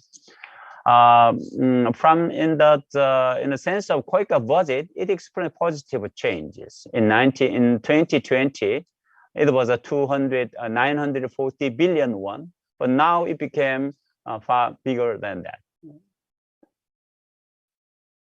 So after a major program and project changes, now KOICA is carefully resuming its activities. Well, of course, with the methodological changes and the innovative approaches, but we are mindful of safety first, also how we manage it, manageability, how to maximize the local resources utilization, also active application of ICT. Also, we should be flexible in the program and project operation management. Also, we also mind about the risk. So we are at the KOICA headquarters level, we are very active in the health sector and the humanitarian aid, also material provision, also using ICT. But especially KOICA personnel to host countries, we are not doing it very active. We are doing it a very limited number after a strict review. KOICA, if you are talking about the KOICA's response to the COVID-19, it as a framework of policy framework, it explains it's the ABC program, and it focuses on the health and social economy. KOICA implements 644 projects in the 116 countries with a budget of US 150.6 million US dollars.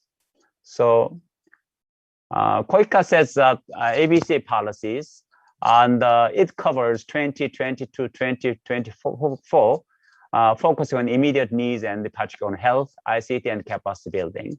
because this is not directly related to the education, so I'll skip it. So this is some framework. The KOICA as an organization level, it's make a framework like this. So this also includes action on fragility, which includes A, building capacity. This is immediate needs. Building capacity is it moves to a more longer resilience efforts. And then we go to comprehensive cooperation. It also includes A, B, C. So it includes a lot of other responses, starting from immediate and quick responses, then to a little longer resilience responses. So KOICA has done a lot of activities under this program. You can look at about this one by visiting, as I mentioned, KOICA homepage. You can find all these informations. So just have a look at. So under here, we can see maybe we can highlight as far as the education is concerned. We can say e-learning and e-volunteer. We have e-learning. We invested $1.5 million and with some 18 programs, and more than 400,000 people has been benefited. E-volunteer also, we invested $150,000, which is not that much very big, but it is pilot cases, and also more than 34,000 people has been benefited, and also we have 104 cases. So in the digital ODA on education, KOICA supported 440,000 students. So e-learning, we have supported e-learning environment, assistance of digital devices, and production of video lectures. So, and my brief evaluation of the pilot cases of global training and e-volunteer program shall be presented later. But I'll make a small introduction about KOICA education field. KOICA is focusing on the during this period, KOICA has been investing our support to education. If you calculate it, you see we are focusing on technical and vocational education and training. This components includes more than 44%. But in the KOICA's context, support for education includes establishment of vocational centers and the schools, including university, of course, and for the technical training and education. Also, global training program, we call it CIAP. CIAP represent capacity improvement and advancement for tomorrow. This is what we call it, includes scholarship program and World Friends Korea related activities and the capacity building components of our project for technology transfer. Because this is main project of KOICA, and every project has included some capacity building, which we classify it as an education field. So this is, you can see we have invested more than $1.6 billion in the last 2 decades. And the WK, World Friends Korea, and the Global Training Program took the biggest portion. You see the trend here, and it is increasing, ever increasing. And the multilateral partnership has also increased, more or less recently.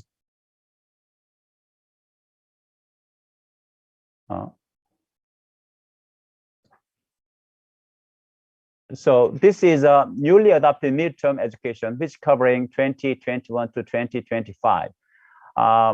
Reflecting the pandemic, we have a newly adopted some digital education to build the capacity for the future.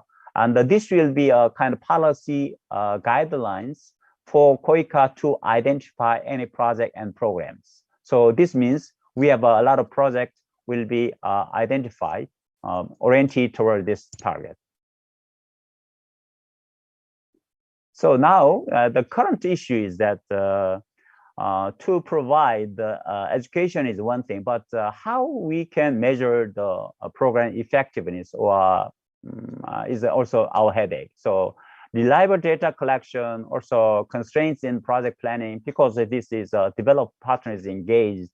So this is our headache now. So we say inclusive education, quality education for the full and disadvantaged to narrow down the learning gap, and the holistic approach required to reflect the context of partner countries' education system.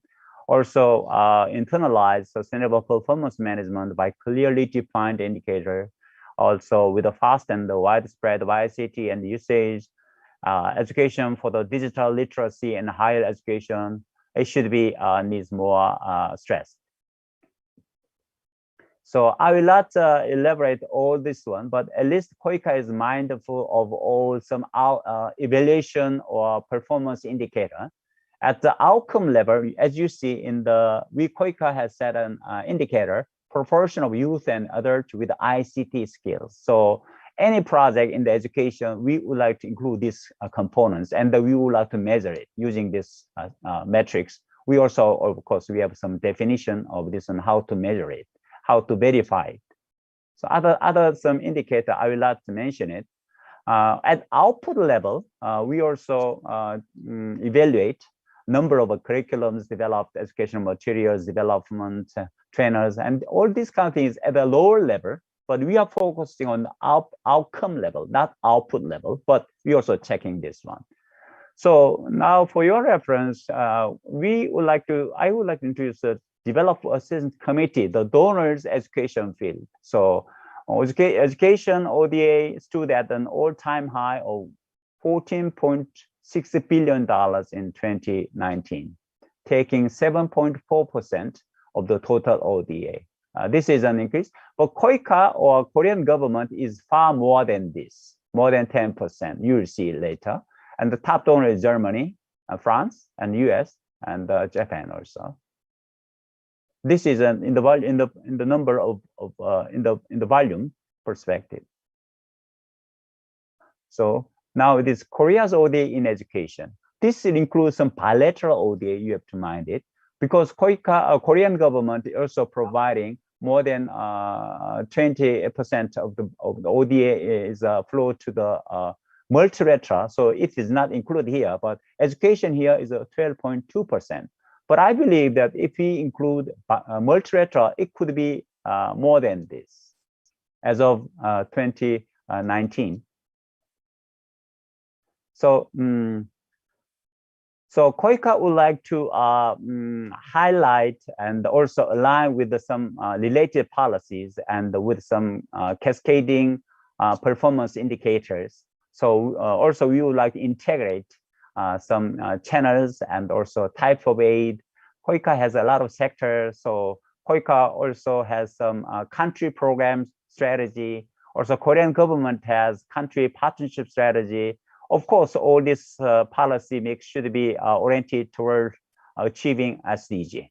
So this is why we are doing this, to give some synergistic effect. So KOICA's, over evaluations of CIAT, when we compare the online education or offline education, we found based on survey, we found no big differences.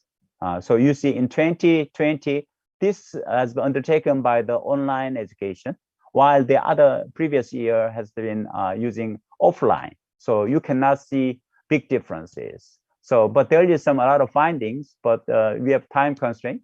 So I think this is a very valuable outcomes about the global training program. So what kind of items for as an evaluation has been applied, you can make a reference, but at least you can see some in the red colors, I highlight some big differences as compared to the previous years. So in 2020-21, KOICA will learn 297 courses. We'll invite 5,000, more than 5,000 usually government officials and technicians. So I'll skip here.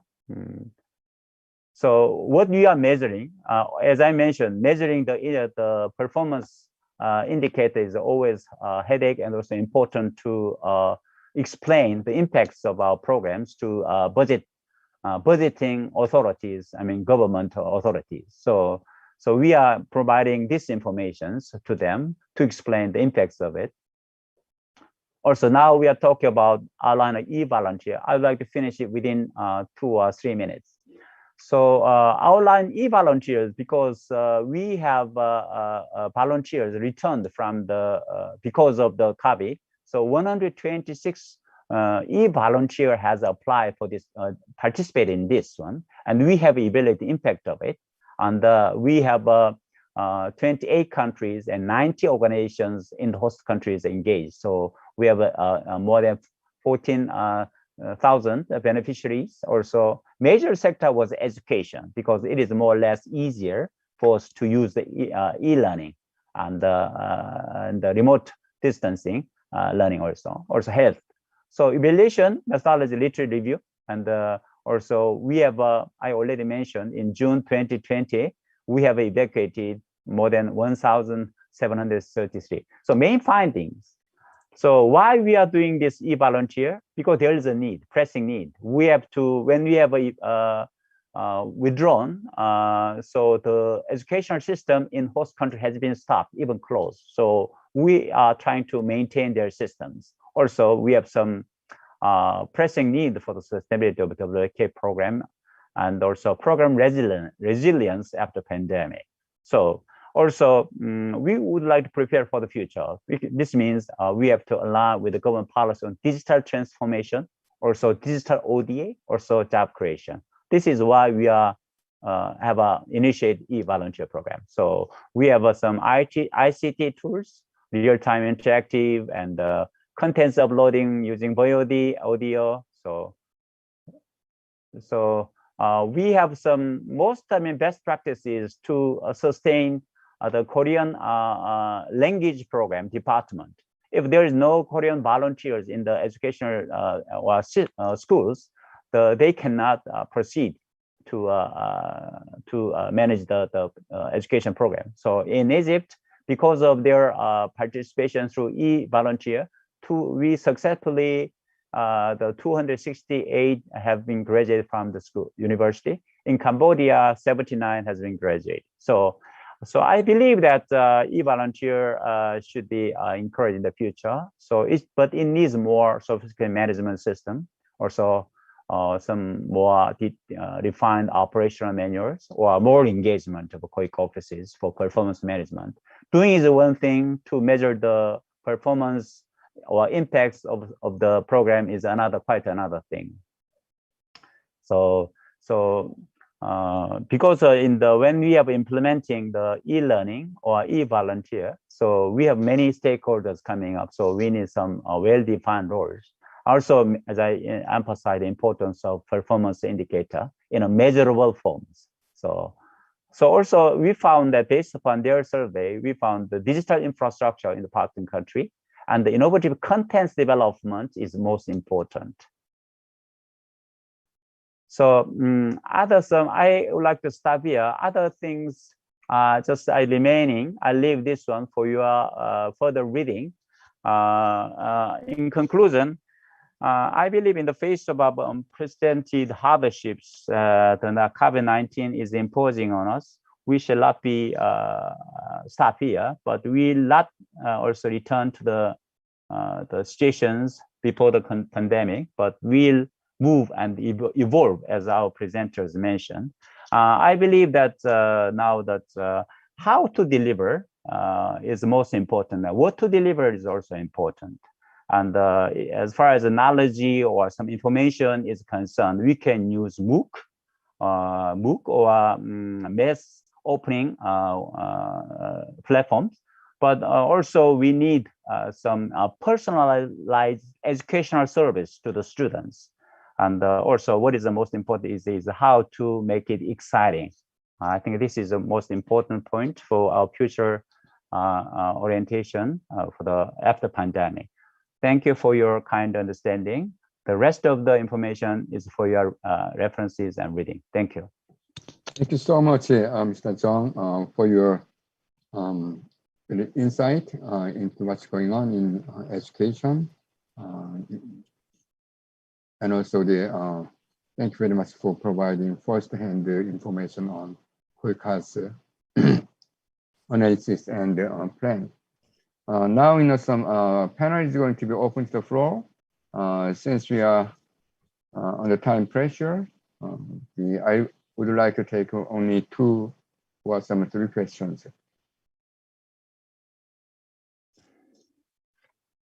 Anybody has any questions? No?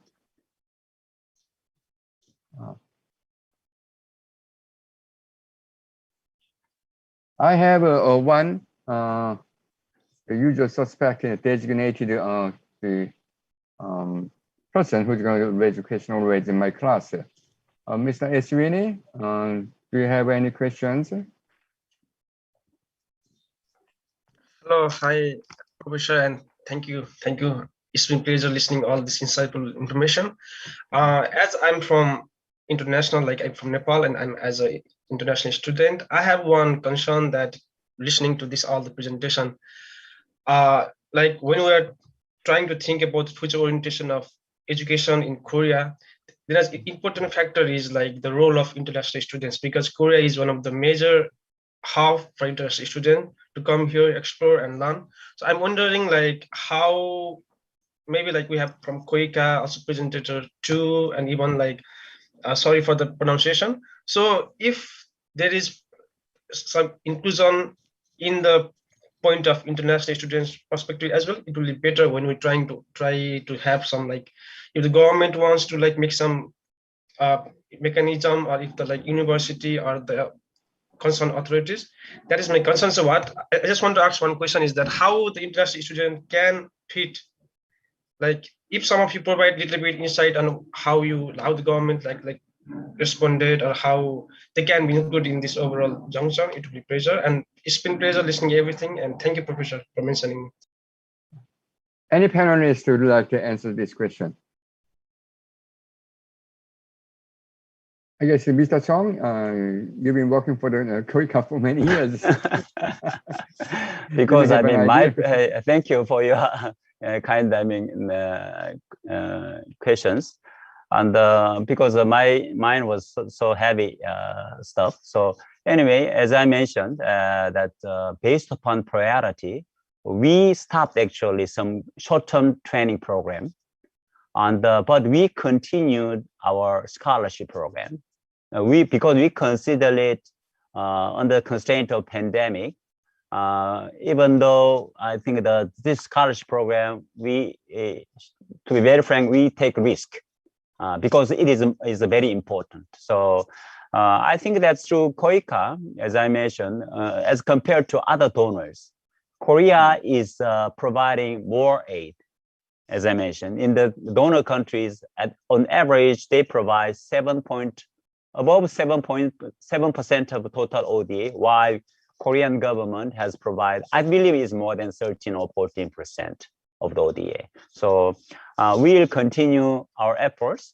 But also, what is most important is that for the capacity building, self-reliant or your determinations is as I in the last my presentation paper, I included capacity building is important. Also, for me, I believe that how to capacity building for troubleshooting or solving the problem is most important, should be important components of the education. I think that's also not only some methodology and approaches, but also contents should be also need some reorientations. That's my personal belief. KOICA will continue our efforts. Thank you very much. Thank you. Any other questions? Or any panelists who would like to respond to Eswini's questions? No? Dean John, do you have any comments? Dr. Oh, no, not in particular. Yeah, it was a really interesting and impressive presentation and comments. We learned a lot from the session one. Anybody has any words on this morning session?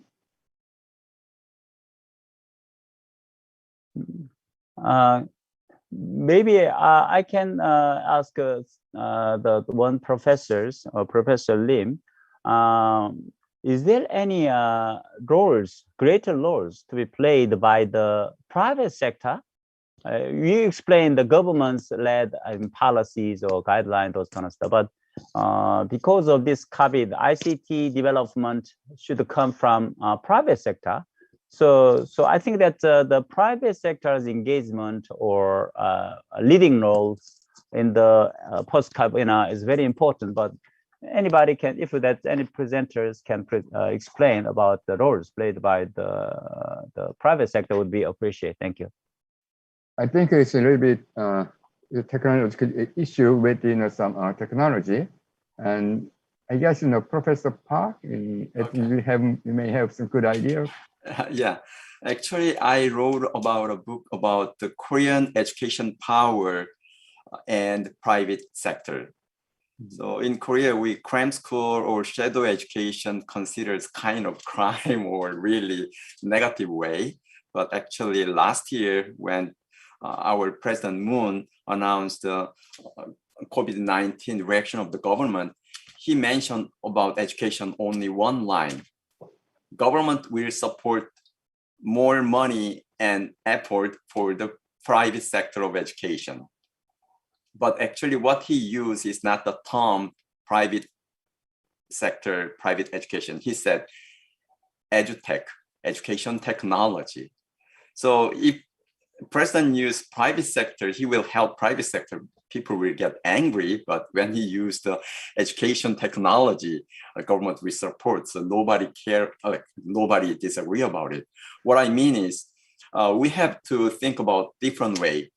Private sector actually now can compare, the support public education. Public education cannot handle each student. So I suggest even to the government that maybe we have to give education voucher to the low achieving student and make contract with the near cram school and evaluate them. And if they can handle, then we can send there. But Korea is a little strange. If we bring the cram school teacher inside the school, then we say it's public education. If they teach in outside of the school, then we say it's private education. So we have to change our mind about it. So like I told you a while ago, maybe now is the time that we have to have open mind about private education, private sector, like in order to overcome the COVID-19, the private sector of the hospital and the public sector of the hospital, we help each other. So now I think it's the time to do that. Thank you very much. Anybody else?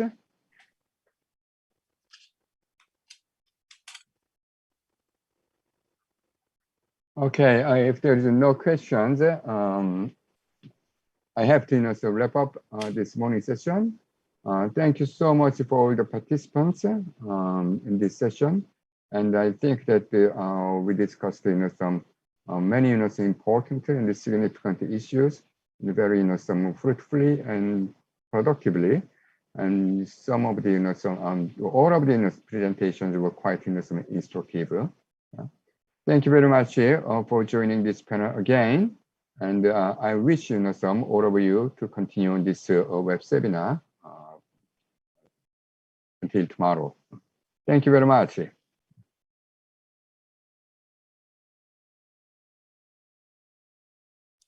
Okay, thank you very much. Thanks. Thank you. Yeah, thank you. 수고하셨습니다. 네, 수고하셨습니다.